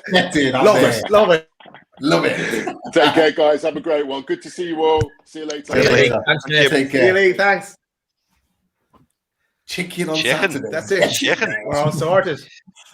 I'm there, 100%. But no, look, I knew time was limited with Lee. I really appreciate he spent like 20 minutes extra than he could initially. But I think with the French-based players that we're linked with, I think it's always important to get someone on that knows that stuff. Now, what was really, really interesting is that the last person I wanted to come to was Moussa Diaby. Now, that was been a massive link with Newcastle United over the last 4 or 5 days. And yeah, Chris, absolutely spot on. Ronan Murphy, who knows his stuff German football wise, is a very, very knowledgeable guy in German football. And when he says something, you tend to know that it's genuine. So if you're not following Ronan Murphy, get onto him. He said that obviously from the quip that they're in conversations. It looks like there's a deal there to be done with Moussa Diaby. It's not going to be cheap, but look, Jordan, from your perspective, what have you heard from Moussa Diaby? Is it a genuine link? And is that a player that we can genuinely see coming to Newcastle United? Yes. So the information I heard was fairly vague, but he is a player under consideration this summer. You only have to look at his stats really, and he's only 22 years of age, and he's sort of one of the leading wingers in the Bundesliga, possibly even sort of Europe. Say for his age, I think he's been in Germany two or 3 years now and just excelled. And 3 years. That's the type of player Newcastle are looking at now. Though, up and coming players and Europe's sort of biggest talents. So he's certainly a player on the radar. And as I mentioned there, it's not a deal that'll be done cheap. But if you are going to sign big, then he's the type of player you'd look at. Just his profile, young, quick. Just a strong upcoming talent. So we'll just have to wait and see how that one develops. But see, I always have to sort of pinch myself seeing links like that because, as I mentioned earlier, it was so difficult to see Newcastle United ever be this ambitious. So, you know, I'd imagine fans are the same as me, where you see Newcastle linked with some of sort of Europe's biggest up and coming talents, and you know you do have to pinch yourself. So, let's just wait and see what happens on that deal. All I know is that he is a player that's on the list, as you say. I'm not sure if a bid's been lodged or it's going to be lodged, but certainly, he is a player under strong consideration. Interesting, very interesting. Because I have to be honest, I was really excited when his name popped up because he is a player that I've kept an eye on, and I know the boys have kept an eye on as well. But I'll open it up to you know, Richie, Chris, Daz. You know, with Diaby, you know, thinking about his position, he is predominantly a right winger, an inside forward. Is that a position, in your opinions, that we need to strengthen at Newcastle United? Is that a priority position for us? So, you know, what are your thoughts on that? Go on, Chris. You go first, mate. Yeah, sorry, mate. I was nodding away then, wasn't I? Like the Churchill dog. Yeah, no, absolutely. You know, as much as I love Miggy, as much as, you know, I think I love his work rate and everything like that. That right hand side, we've seen Ryan Fraser play there as well. I do believe that right wing position, if we continue to play in the way that we're playing, I think it's key. And I just think of the thought of having Diaby on one wing and ASM on the other wing with a top central striker. It's frightening, to be honest. But yeah, I think right wing is a position we should definitely be looking at. Pete, you may disagree. I know you've been asking for the ASM to be put on that right hand side. I mean, I don't know whether, you know, Diaby can play on the left. I'm sure he can. Yeah, he can. Yeah, plays on both flanks. Yeah, so you know, maybe that's a better option. Well, look, let's take a look because, as always, we always like to bring in one or two new features within the show. So I'll bring in SofaScore, and I don't know if you can see this, guys, on the screen. What was that? What was that? Paul Toon review. Oh, right, yeah. Paul Toon review. It was more like a cat dying, Daz. Oh. You know, it's really I'm tired, I've Richie. heard Sorry. that before, but I wasn't quite sure where I'd heard it from. But yeah, you've reminded me. But look, you know, SofaScore, it looks at it, and in particular here, you look at the heat map. So you asked the question about ASM, Chris, and it's a really, really good question because yes, he predominantly plays on the right, but you can see here that he's more than capable of playing on the left-hand side too, because he likes to cut inside.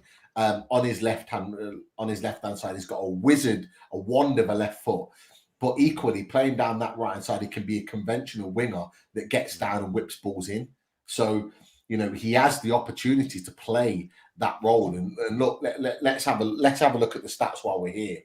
You know, started 32 games this season. You know, an average of sort of 87 minutes, 5 team of the weeks there. But you know, you just look at the goals, 13 goals from right wing, 12 assists.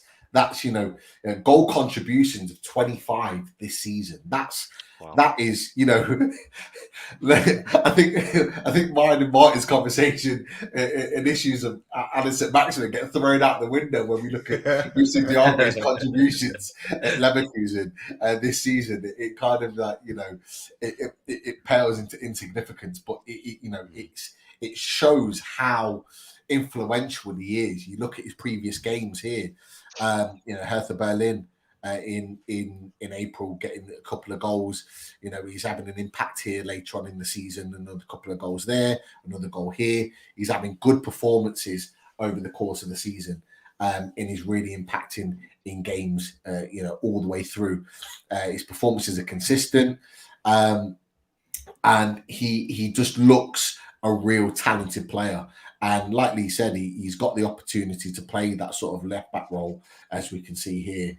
But lots and lots to look at. His attacking stats are very good, very creative, technically very good as well. But as Lee mentioned, he has that ability to be defensive. So just from that point of view, there's lots and lots to be really, really pleased about. As Lee said, he didn't want him to leave PSG. He wanted him to stay at PSG because he knew he would grow into a talented player, and he's still very, very young. 22 years old. Lots and lots of time and an opportunity to build into and improve as a player. So it just gets really, really exciting to see him play. So I just thought those stats there were just something that we could bring in as a little bit of an addition. But look, Richie, Daz, anything to add with regards to Moussa Diaby? I think that the good thing about Diaby, and obviously I like watching Bundesliga. It's probably my favourite league bar the Premier League. And one of the things I noticed quite a lot is there was a lot of hype when Leon Bailey was at Bayer Leverkusen. And everybody was ranting and raving about him. And then obviously Villa bought them. But he's just sort of like died off, and you don't really hear anything about Leon Bailey anymore. But, you look at Diaby and he's just absolutely phenomenal. As you've said, I wrote all these stats down and came prepared as well. Like, you're looking at 25, involved in 25 goals in 32 games. It's a hell of a return. And, that's, as you said, Pete, the fact when you put 13 goals and 12 assists, and now you have that argument with Mark without regard to ESM, there's no comparison really. But to be fair, people are turning around and ESM's wondering why he's not on the French squad. This is a reason why he's not on the French squad. Do you know what I mean? That is exactly why ESM is not in the French squad, because he's just different. He's just different gravy, isn't he? Different Davey. Different Davey, yeah. You're on mute. Pete's on mute. Yeah, that's why we were laughing, Pete, because you were like, I can see you going, yes, and you're on mute. Sorry, I didn't realise I was on mute. I was trying to sort out the other bits, but yeah, you are absolutely right. Different gravy, different Davey, and it definitely is. But you're absolutely right. He is the reason why ASM is not in the French squad. And that's the genuine thing, and that's what, and we're kind of sidetracking here to an ASM discussion, but this is what ASM needs to do next season. And if we do sign Moussa Diaby and he is producing that same level that he's produced at Leverkusen, ASM only needs to look over the other side of the pitch to see what he needs to do in order to get in the French squad and actually be seen as a player that's producing week in, week out. And that's all we ask for. We ask for him to make that progression. But Daz, before we look at Moussa Diaby in a little bit more detail, anything you want to add with regards to that and that potential link? Yeah, no, again, I watched some clips on him on YouTube, and I'd be delighted if he signed. But I was just thinking today, I was driving in the car, and I was thinking all these different players that we're linked with, right? For me, if we're to not sign any of them, the one position that we need to strengthen is a striker. That's the first thing. It's going to be. I'm not going to say it's going to be a failure, but we really need a backup. Not even a backup striker. Like Wilson could be our backup striker, and we just need that one big name striker. That's where I'd be focusing all my cash on. It's the one position that we've struggled on for so long.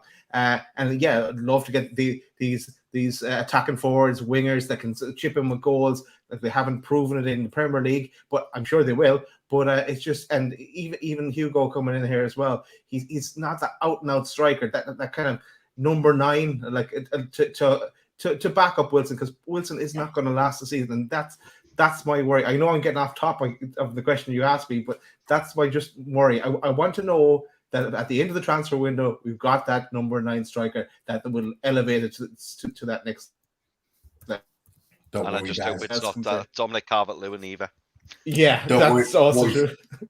Boys, don't worry. We've got the striker search sorted coming very shortly. Okay, so we will get into that without a doubt. But look, on Moussa Diaby being one of the major links at Newcastle United at the moment, I think it'd be quite fitting to see a little bit of him in action. So I think we've got a nice little vid in place for us to see just how good he is. Here he is. Talk us through this, Pete. Look, we already know he's skillful. We know he likes to make those runs, but the key for me is his ability to finish. He's skillful. You look at this, he just whips through 3 or 4 players like they're nothing, and he's be able to carry the ball. But the key for me is what we looked on SofaScore is his ability to score goals. You know, he's got pace. He can cross a ball, as we can see there. But you watching this clip, his ability to finish is very, very good. And he looks lightning quick. He will just destroy the Premier League. There's just no doubt about it. And look, you're seeing here, he's coming from the right-hand side. Sorry, from the left-hand side. Oof. Great finish that. Absolutely drills it bottom corner. Yeah. But what we're seeing is I'm watching him playing his movement. He reminds me a little bit of Mahrez, Riyad Mahrez, in the way he plays. Yeah. Look at that. Just that's still glass. It's just brilliant. Like it's the balance, Pete. The balance. Yeah. He switches over from left to right so quickly. Right foot, left foot. He's got that ability. He's got a drilled left foot. He can plant the ball and make it stick. But you know, the thing that really, really impressed me is the type of goals that he scored. You look at all the goals, all very different, but he can play on the left, he can play on the right, he can switch it. And Chris, you made the point about ASM maybe switching over. I think ASM is more, is kind of better placed on the right-hand side, but you could maybe switch them in like continuously during the game, and it could still work. So, yeah, it's a really, really interesting one to watch, and just seeing some of the finishes and some of the goals that he scored is just fantastic to see. But look, it's on the screen right now. Please hit the like and subscribe button. Daz, I don't know if you want to say a little bit about that. We've got 400 watching currently, which is amazing. But very simply, we're on the match to 5k subs. We're nearly at 3.5k actually. Our target for the summer, end of the summer before the season starts, was to try and reach that 5k. So we're making good strides, and all down to you guys watching, hitting that like button, subscribing if you haven't subscribed already, logging in to YouTube. Just use your email address, log into YouTube, and hit that subscribe button. It's all free. Costs you nothing. But if you did want to contribute to the channel, you can become a member. I don't have the picture here, but it's $1.99 a month, and you get put into the prize draws, which we ran yesterday. So yeah, that's really it on that. We'll get back to the players, and we must have a few questions for Jordan as well. Definitely. If there's any in the chat, let's get them in now before we. I was going to say, Pete, there's that one that Shane Mawson messaged us this morning, and I think it's quite a relevant one to ask Jordan's opinion on, because obviously we touched on ASM briefly there when we talked about Moussa Diaby, but Shane, who obviously Mawson, is a regular on the channel, obviously over in Oz, and he said he might not make it this morning because it was going to be a very early one for him, but he messaged and said, is ASM a good player in a mediocre team? A regimented team doesn't seem to suit Maxi's flair. Would you consider an offer if it were to come in? Good question. You're putting us on the spot there. It's usually on the other foot for you, isn't it, Jordan? I know, Eddie House should be answering this, not me. I don't know. It's a really difficult one to say Maxim, because since February has been, in a way, dreadful. If you compare to the standards that we'd seen previously, just a player that looked unfit. It did look a little bit sharp towards the end of the season, but I just think it was a really, really poor end of the season. And I don't know. It's hard because he was a player during the Steve Bruce, Mike Ashley era, where he sort of was like the shining light. So I don't want to have too much of a short memory and write him off just yet. I don't know. Would I cash in? Possibly, but I wouldn't be actively looking to sell him, and nor do I think a team would come in and pay £50 million for Alan St. Maxim. So I think next season that'll be his sort of time to shine.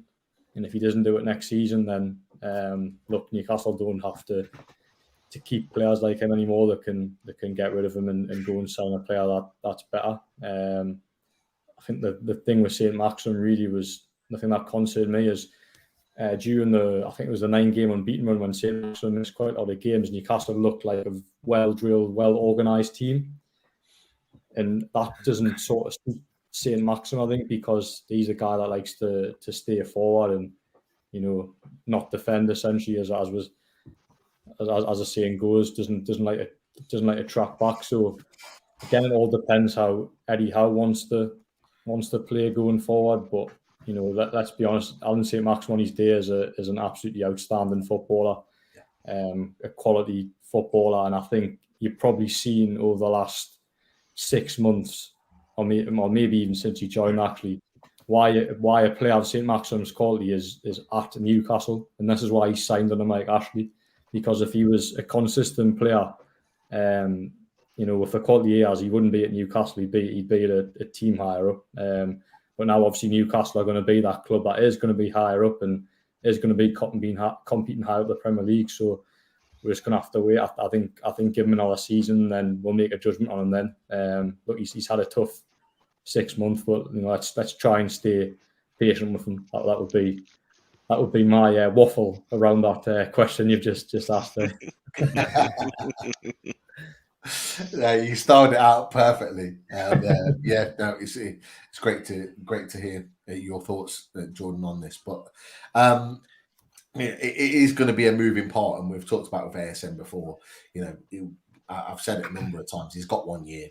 He's got 1 year to prove himself. If he doesn't improve, he'll get sold.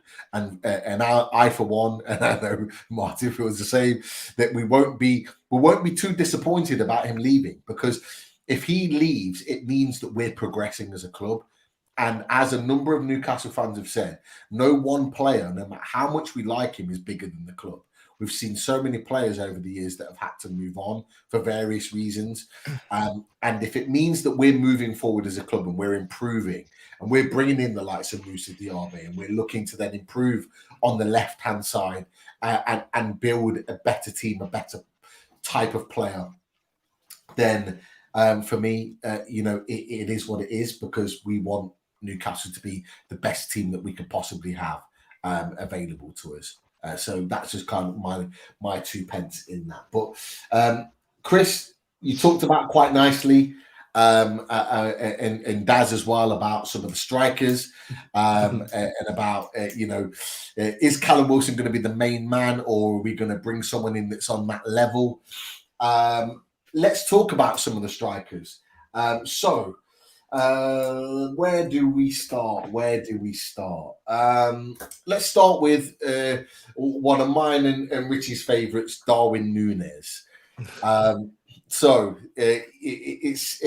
lots and lots of different types of information coming out about Darwin Núñez. Obviously, we talked about him a lot in January transfer window. It looked like Newcastle tried to make a move to sign him, but obviously playing Champions League football and getting in the latter stages kept him at Benfica. Jordan, I'll come to you. I don't know how much you've heard or whether there's been anything Newcastle related come out recently. But has the Darwin Núñez talk gone quiet recently?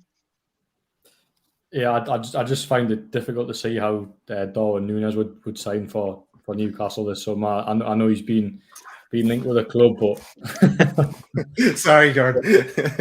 Tears. I just don't see how it happens, to be honest. Look, in years to come, Newcastle can, even now, probably could attract that caliber of player, but no, I just don't see how it happens. There's a player that's on a lot of European clubs' lists, clubs that are competing in the Champions League. So yeah, I don't know what else to say. He has been linked with a club quite often, and I think that probably comes because Newcastle are seen as sort of the richest club in the world. It's probably an easy link, but do I think it's a viable sort of option this summer? No, I don't. But I'd like to be proven wrong. Yeah, I certainly would as well. Richie, what are your thoughts? I know you're obviously you tracked Darwin Núñez like myself. What are your thoughts going into the summer? Do you think the hunt for Núñez is over, or do you think there's a glimmer of hope as a Newcastle fan? I think there'll always be a glimmer of hope while he hasn't signed for someone else. But I think the one thing that and I know both of us mentioned this in January while we were doing the show was we felt that January was the window we had to get him, because obviously when everyone became aware of how good he was, which he proved with his second half of his campaign, especially in the Champions League, he scored several goals against Liverpool in the quarterfinal of the Champions League, and that was those two games was the ones that made a lot more teams stand up and take notice of him. If he can do that against against a team of Liverpool's caliber and centre halves of the likes of Konate, Van Dijk, and Matip, then he's going to do well in the Premier League, whoever he goes to. And I know there's a few people turning around saying he might go to Liverpool or Man United or something like that, but I can't see him going to Man United full stop. I don't even think he'd be guaranteed first team football there.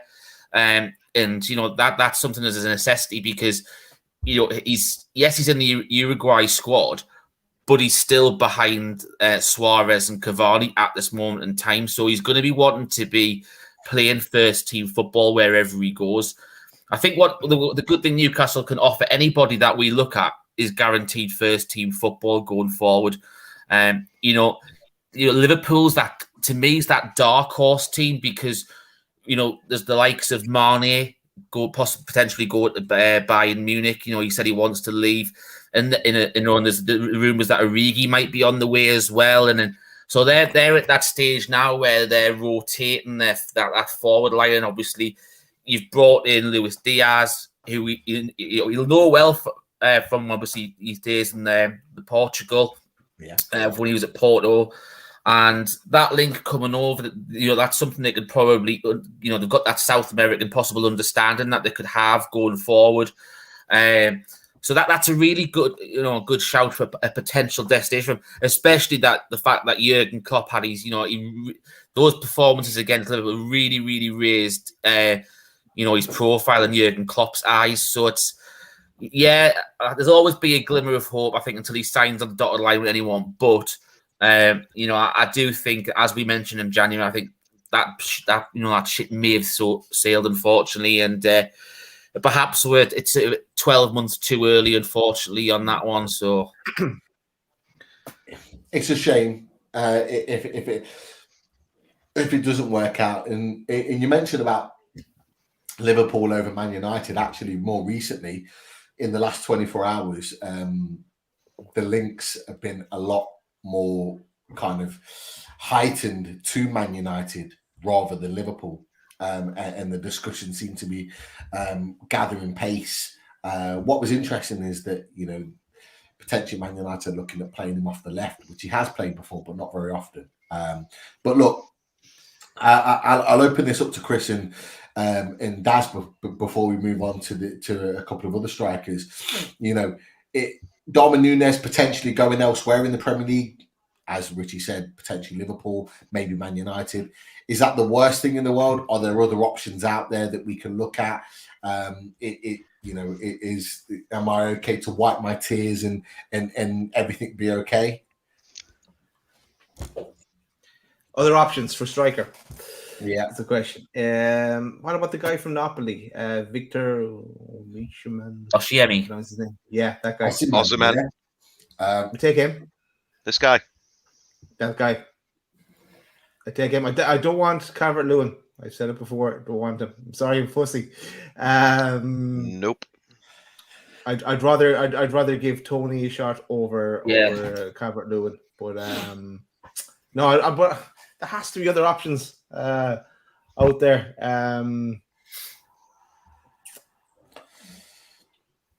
I don't have a name on the top of my head right now, though, Pete. To give you. And this is where it gets really, really interesting, is because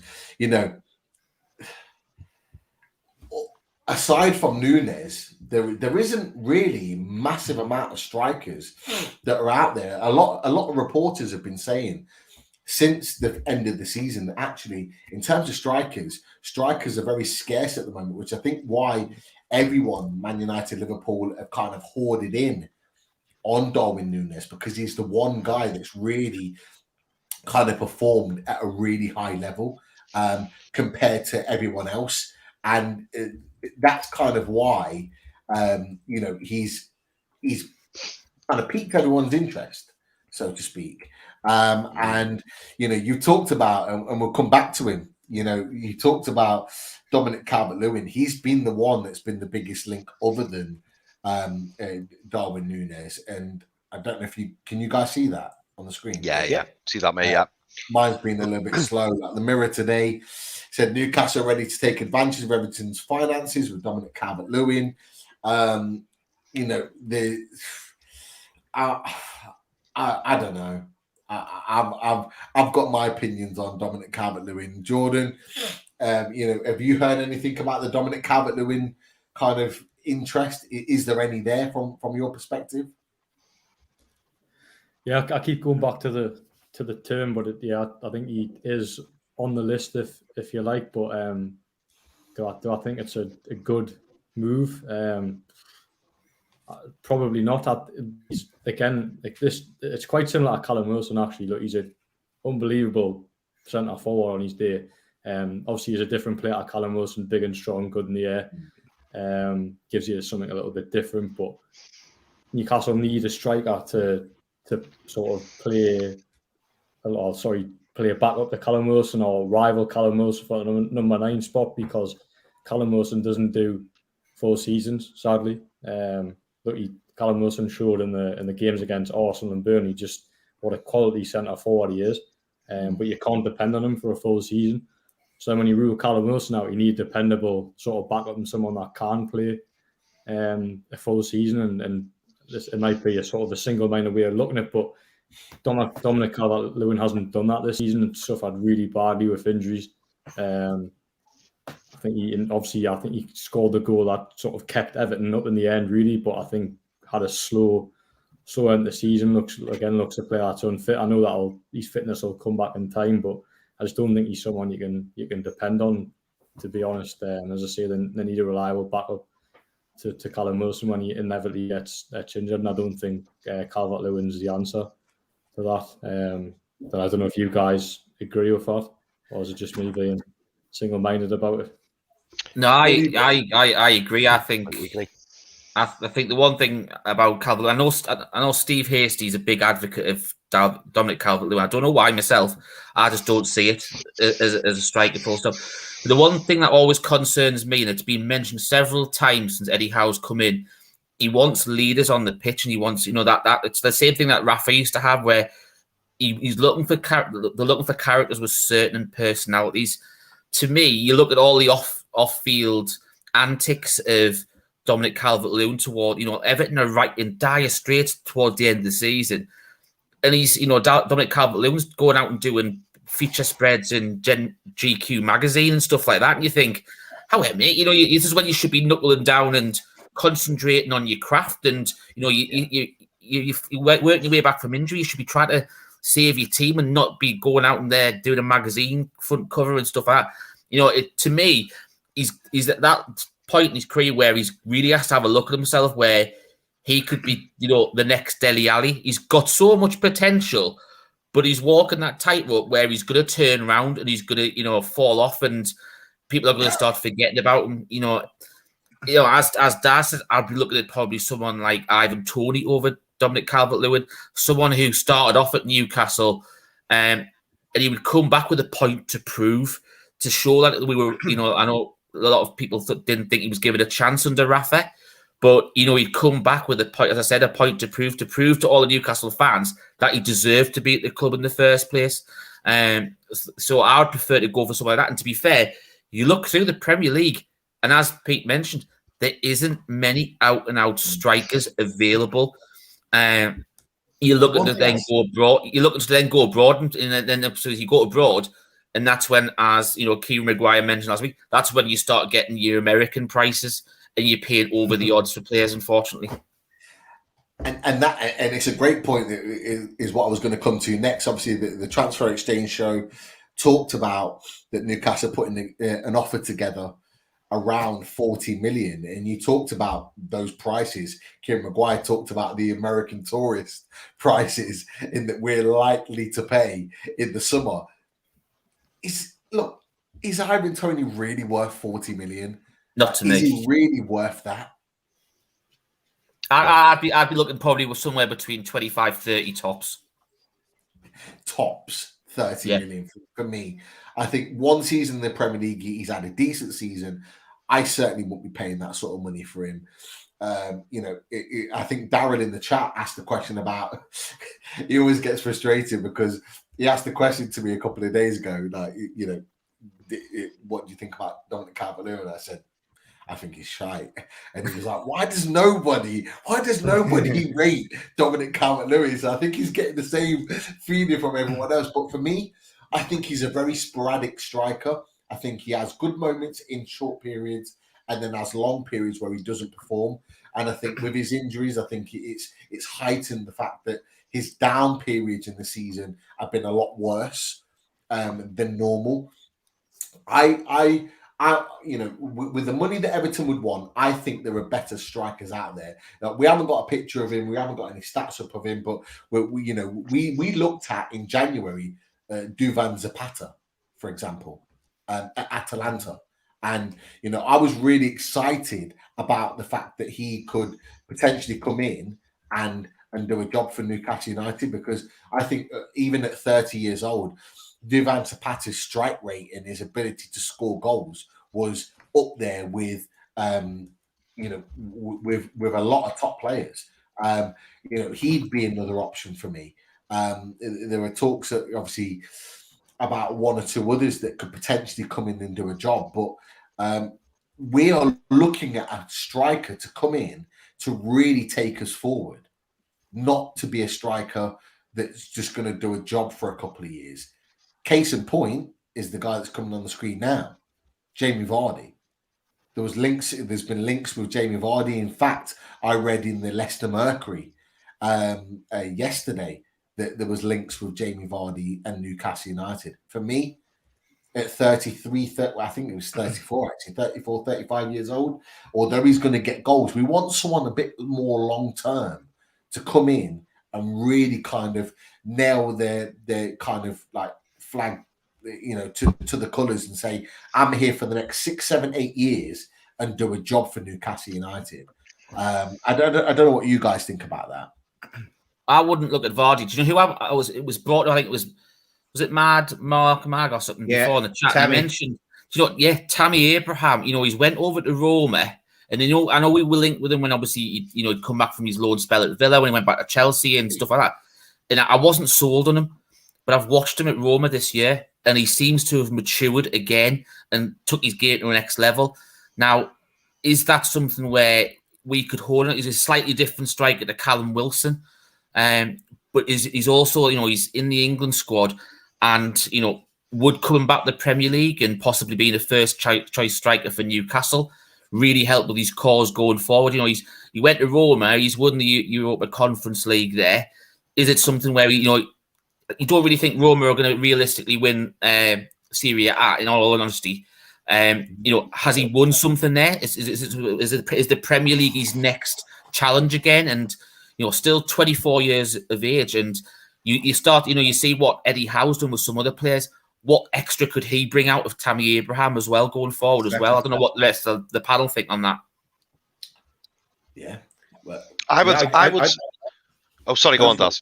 I'd look towards Tammy Abraham. I know Rafa looked at him so many times as well and trying to bring him in, and maybe he went to Swansea, I think, as well for a time. But if we can't get Núñez or one of the bigger names that we're talking about, and that, as I said, that's where I'd splash the cash. But it's just trying to get him to come. Maybe it's just too early to get him to come to us. But then I'd be looking towards the likes of a Tammy Abraham, because you imagine he went to Italy to follow Josie to get first team football and prove himself as well, but to everybody, and he must have that ambition to come back and do it in the Premier League and do it right. And it would be interesting in himself and Wilson rotating and see how that would work out. So yeah, I'd consider him. He's a proper striker. He's a proper striker. You look at that heat map here, the red in the 6-yard box. He's a predator. This is where he does his business. where you can see the red in that area. This worried me a little bit because I was thinking to myself, how many times has he took like centre kickoff? Yeah. It's a bit like Gabby. It's a bit like Gabby or Bangladesh heat map. I was thinking the same, Rich. I was thinking, how many goals have Roma actually conceded this season for him to be taking centre spot constantly? But actually, look, let's forget about this in this centre circle here. Let's look about what he does in this area here. In the heat map of where we want to see a striker is exactly in this area here, where he's scoring goals. 77 in terms of his attacking intent. Like you talked about as for 24 years old, I do feel that we had a window to sign him under Rafa and he chose Swansea, which I think was a bad decision for him because I think he would have been absolutely loved in Newcastle. But there was that period where a lot of London-based players were wanting to stay as close to London as possible, not really wanting to kind of go out and experience something new, which was heavily frustrating for me. But look, 17 goals, 4 assists, 21 goal contributions this season in Serie A under Jose Mourinho. He has been, a very, very lethal striker for them and been key in a lot of games. 2.6 shots per game, which is good. So he's getting chances. 32.4 touches. He's having influence in the game. There's no doubt about it. Question marks maybe of his defensive abilities, but actually you don't want him in defensive situations. You want him in front of things, scoring goals. And you look at his form, some of his ratings, very, very consistently good over the course of the season. So, he's the type of striker you want. The only question mark I would say is, having won the Europa Conference League with Roma, is he going to want to, having won a trophy under Mourinho, go and really push again to try and say, right, let's get Champions League next season. Can we fight for the title? Mourinho's going to want to kick on again, and is he going to want to be part of that? Maybe at the end of next season, if they don't have a great season, is he then going to want to come back to England? I don't know. That's maybe my question about whether we can prize a player like Tammy Abrahams away. I don't know what you guys think about that. I just to kind of do a wrap up on all the strikers. I know you've just been naming some strikers there, Pete. Like, for me, I think Nunes, as much as I'd love Nunes, I think that ship sails. I think he's had too much of a second half, too much of a good second half to the season. I think he's out of our grasp now, unfortunately. 2 or 3 years time down the line, if he'd became so prominent then, I think we'd easily get him.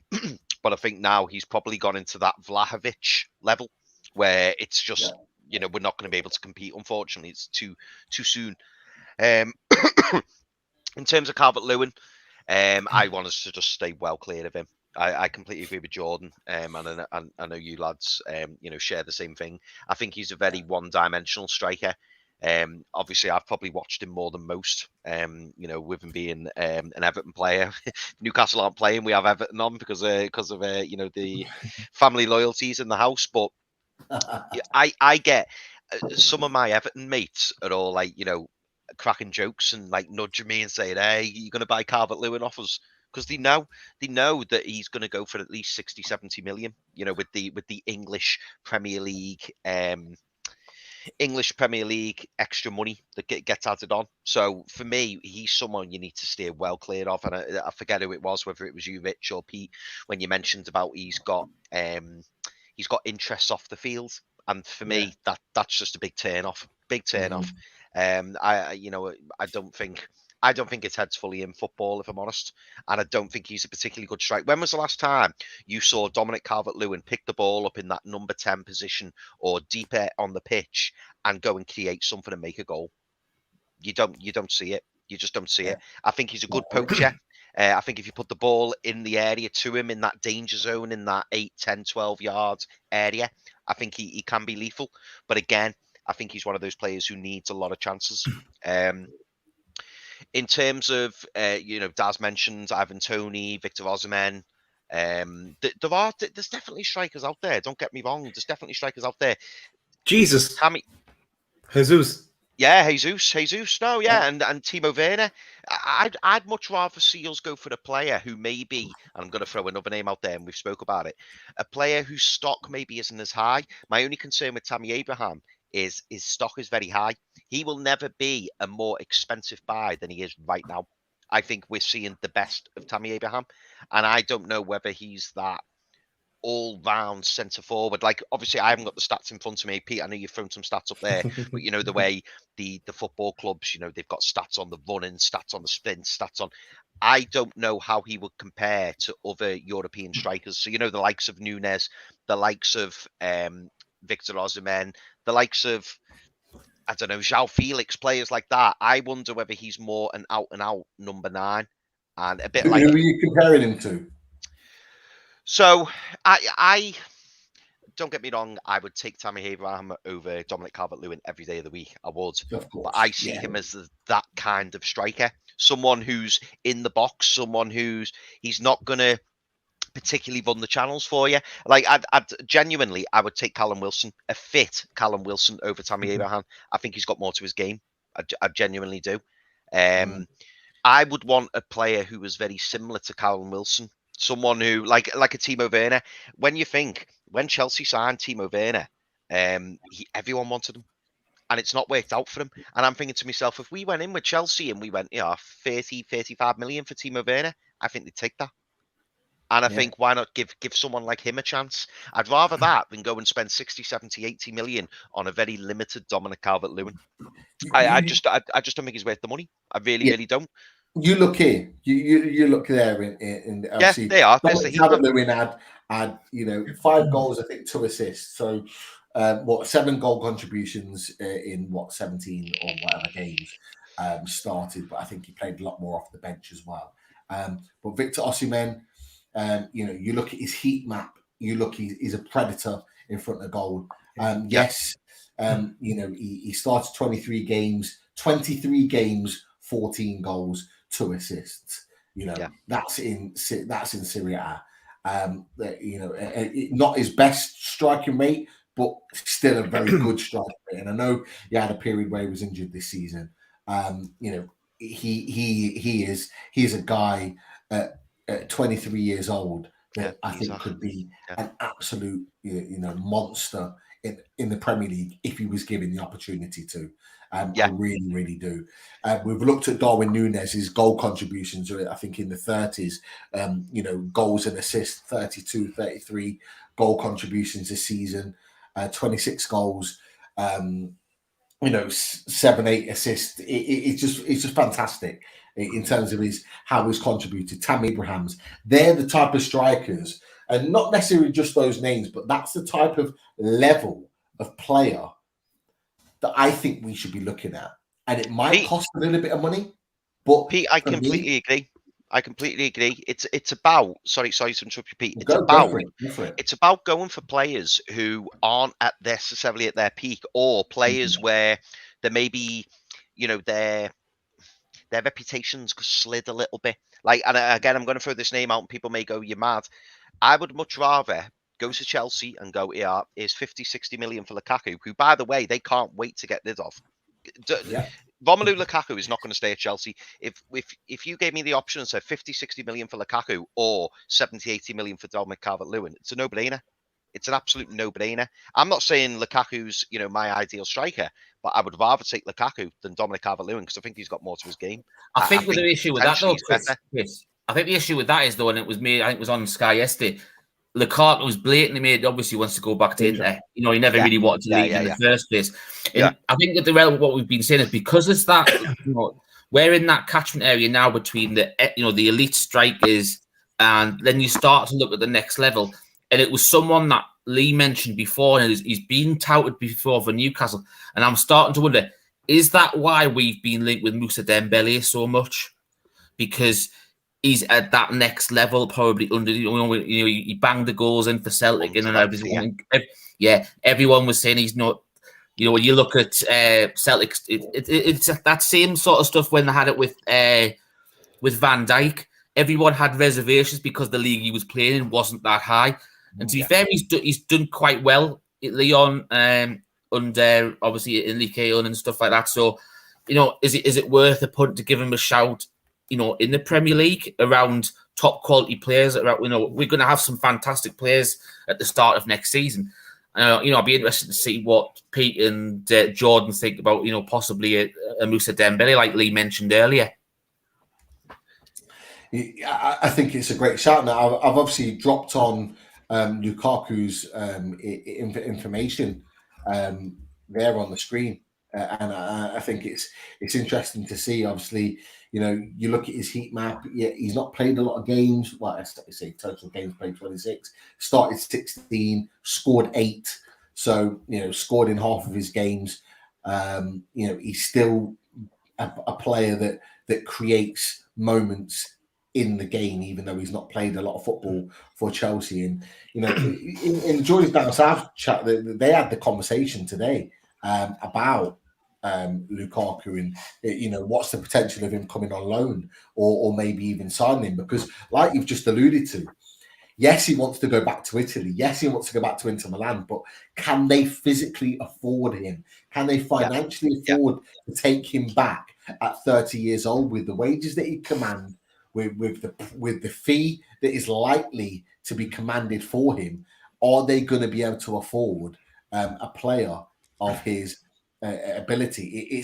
It's an interesting one, but like we've already talked about, and you guys have already mentioned it, and I'll come back to it just before we kind of start to sort of wrap up. Is that actually you've touched on Moussa Dembele, and there was a reason why I asked Lee about Moussa Dembele, because he's had such a good season for Lyon. So if you look at the screen, you look at his heat map, you look at where he's most prolific, you look at the situation with Dembele.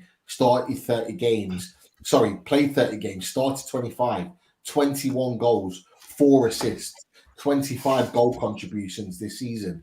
You remember, like before he left, I asked the question about Lee in terms of with Moussa Dembele in comparison to other strikers that are out there, considerably cheaper.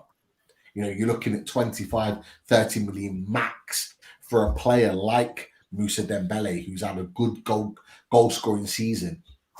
Would it be the worst thing in the world to go and give a punt on a player like Lyon for Dembele at Lyon? Lyon are not playing European football. They need to balance the books. It's a great shout, Richie, as a potential striker to come in. Would you consider Moussa Dembele equal to Callum Wilson, better, worse? That's the question that I'm going to pose to all of you. Jordan, I'll come to you with regards to this whole situation, because we've talked about a lot of strikers. Would you consider Moussa Dembele, based on those stats, someone that would come in and command first choice, or would you have him at the same level of Callum Wilson? I think if you've mentioned several strikers tonight, and I think Moussa Dembele would be the cheaper option. And as you put his goal record on there, it's quite impressive actually, because I was under the impression that he became fairly injury prone, because he got loaned to Atletico Madrid, didn't he? And it just didn't happen for him. But obviously he's went back to France and done reasonably well for Lyon, as the stats suggest. But in terms of names that have been linked with Newcastle, Moussa Dembele has never really been one that has been sent to me as sort of a one high on the list, or one that could potentially happen. Don't know. Eddie Howe might watch this show and think otherwise. He watches as well. He does. Yeah. So I remember. I hope he is. I hope he is watching the show. But look, it's an interesting one, and I think his goals and assists are there for all to see. His heat map is fantastic. He is a player that is, he is born to score goals. He proved it at Celtic. He had a bit of a down moment at Atletico Madrid. He didn't quite perform at the level that maybe he was expecting, but Atletico Madrid had a really good season, ended up winning the league that season. So that's probably the reason why Suarez was stealing the show. But at 25 years old, so much room to improve. and become a player. And like I say, he hasn't been linked as yet, but there's no reason why he can't be the guy to kind of be the one to take us forward and to be the mainline striker. So again, something to keep an eye on and to keep a lookout. That is, I'm going to disagree, Pete. I don't think he's better than Wilson. I know the whole thing. Wilson is staying fit, but because I have seen him a few times when I was keeping an eye on Paqueta and a few different French players that Lee had talked about in the past. I just see a game on the telly. Go, oh, I wonder is one of the players that we talked about in the past playing. But yeah, I don't know.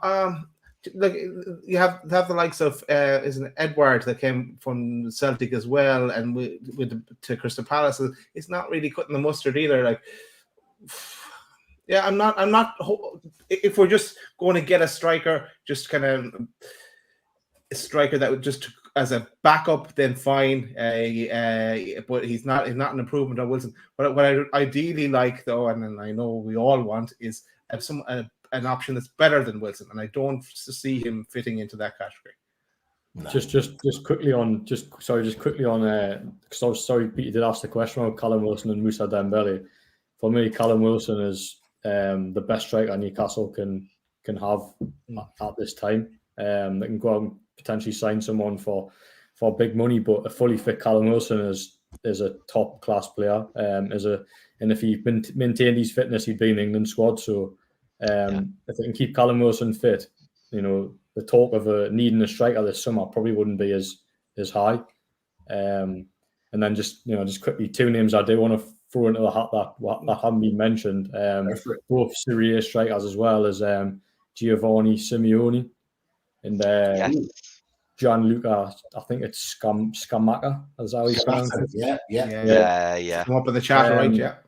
They've both had good seasons in Serie A, aren't often talked about, and I think they could potentially be one that Newcastle look for this summer. But no, Callum Wilson for me, if he could stay fit, would be Newcastle's main man. Absolutely quality, proved that in the last two games against Burnley and Arsenal.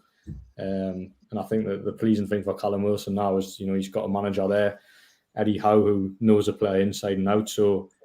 Hopefully next year we can see a Callum Wilson that does go on to play more than 26 games or the 28 he played previously as well. Hopefully he can be managed correctly. His training schedule is right, and can see a full season out of Callum Wilson, because if Newcastle can do that, then they'll be better for it. Yeah, I'll just throw Gianluca Scamacca. He's Sassuolo. He's a fantastic striker. Sorry? Sorry, he's age 23. Yeah, age 23. You look at his heat map. He's quite sporadic, but you look at his goals. 16 goals. He reminds me a little bit of Tammy Abrahams in the way he plays. He's quite good in the air, but on the ground he's actually pretty lethal too. And he is a striker that I think a lot of teams are looking at. I think, if I'm right in thinking, Inter Milan were looking at him as well as a potential option if the Lukaku deal doesn't go through. So, he's got those credentials there. He's got a lot of kind of good stats in and around him. And again, his scoring frequency is good. Maybe his goals per game isn't great. It's something that maybe could be improved. But his shots per game are up there. And I think with someone like Eddie Howe being able to coach him at Premier League level could potentially get the best out of him. But again, another player that could be very, very good.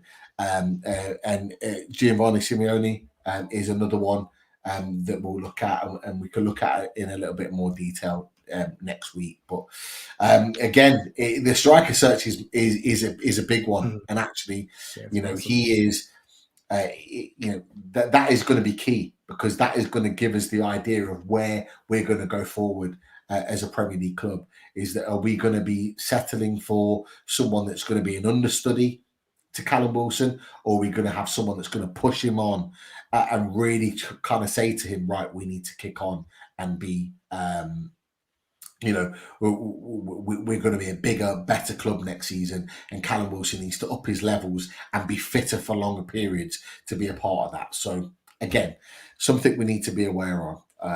That is for sure. But Chris, you wanted to say just one last point? Yeah, do you know what, mate? Just to kind of wrap it up, and I'm sure you'll all agree. I mean, for me, it's been spoke about a lot now, but I think it's about creating. For me, it's about creating stars. It's not about buying stars, and that's got to be the blueprint for the club. Bringing in the likes of Dan Ashworth is really exciting, because obviously we know how much knowledge he's got of the game. You know, he's been in the game. He's obviously got the experience with England, West Brom. Trying to think of the other club, Brighton, and it's an exciting time. And what I'm going to say is, and I was thinking about this the other day and talking to me one of my Liverpool friends about it. Liverpool are in a funny position at the moment, and this could be something we talk about next time. So, you know, in terms of the likes of Mo Salah and Sadio Mane, now they're both reaching the age of 30, and apparently Sadio Mane wants 393 grand a week, and Mo Salah is asking for 400 grand a week. And now Liverpool are in a position where it's like, do we cut our losses and move on to, you know, a different player? And look at the likes of Luis Diaz. He's been brought in from Porto for what, 30, 35 million, something like that. And they've highlighted, they've scouted him, you know, sufficiently, and they've established that he's a player that would work well in the Premier League. And I think we're kind of in the same ballpark, in the sense that I would rather us take a punt on a player who's worth 25, 30, 35 million, a bit like Ekitike, and we go, do you know what? Let's develop him. He's got all the skills. He's got all the attributes. Let's develop him. And we're not in a hurry. We don't need to go out and spend 100, 150 million on a striker. I'd much rather see us bring in a younger player and go, let's develop him. He's got it. He's got everything that we want. And that's my only fear with Darwin Núñez, because I think Darwin Núñez has gone up here now. And I just think he will cost too much. And I think there's going to be other clubs who go in for him, and I think his head will be turned. So maybe it's just one that's sailed, and we just need to look at other players and look to, you know, bring them up. And that's really where we are, because we don't want any prima donnas at the club. We want players who want to be here, and we want players who want to join the journey and come in on reasonable salaries, and who, you know, aren't going to get us in trouble with FFP. It's far better to invest in players and build them up while they're at the club. But that was just the last thing I wanted to say. I think that's a great way to finish it off. And like I say, the striker search will continue over the course of the summer. We've touched on a number of strikers tonight. There'll be lots more midfielders, defenders, goalkeepers we haven't talked about that we'll talk about in the weeks to come. But we will be back, and you know, lots more to talk about. It's been a fantastic first show with the Fully Loaded Transfer Show, and it will continue to be entertaining throughout. So yeah, Daz, I don't know if you want to take it home. Yeah, and I just want to quickly mention our sponsors, because we never mentioned them. We gave them a great plug last night. Just a shout out to 1881 and blackandwhitearmy.com, Bronwyn's website, and you know already the range of clothing that's available via 1881, and also the loaded hat. Jordan has his loaded mag hat. Do you have yours? So yeah, that's the 1881. Shout out to Simon, who's in the chat, and ChaiBarnes.com, and the range of clothing that Simon has available on his website. Go check that out. Loads of stuff available there. Pins and prints as well. Lovely posters and pins and as well. If you're interested in that, you've seen them before, go check that out. And also our new sponsor, Retro NUFC, and the player worn jerseys and training tops that we gave away themselves one last night and then the draw. But check that out. And they also do lovely bucket hats that come on once in a kind of, maybe even once a month. I've seen it a few times, and I go, I wouldn't mind that. And then it's gone. They're sold out, so you have to be quick to get those. So that's just a shout out to our sponsors. Of course, as well, tomorrow the lads are back. Sorry, not tomorrow, Friday. Chris and Pete are on with with Paul from the Toon Review, and also to Alex, who we'll see in the chat, and Billy was in the chat earlier, and Danielle. So check that out on Friday on the Toon Review, and make sure you give Paul a sub as well. That's it from me, Pete. Back to you. No, it's been an absolute pleasure to launch the Fully Loaded Transfer Show, the summer edition, with you boys. Great to have Jordan on. Pleasure to have you back in business. It's going to be a busy, busy summer. Lots to talk about. And, if you haven't logged into Newcastle World on Twitter, log into that fantastic article today about Adrian Bevington, and also a number of other articles out there that are coming in, and ones we'll talk about Jordan, as the show is kicking on. So definitely give Newcastle World a plug. And guys and girls, this is the first one of many. Get strapped in, because it's going to be a very, very exciting summer supporting Newcastle United. But until then, until next week, you guys take care. Have a fantastic evening. And how are you, the lads? Super ready.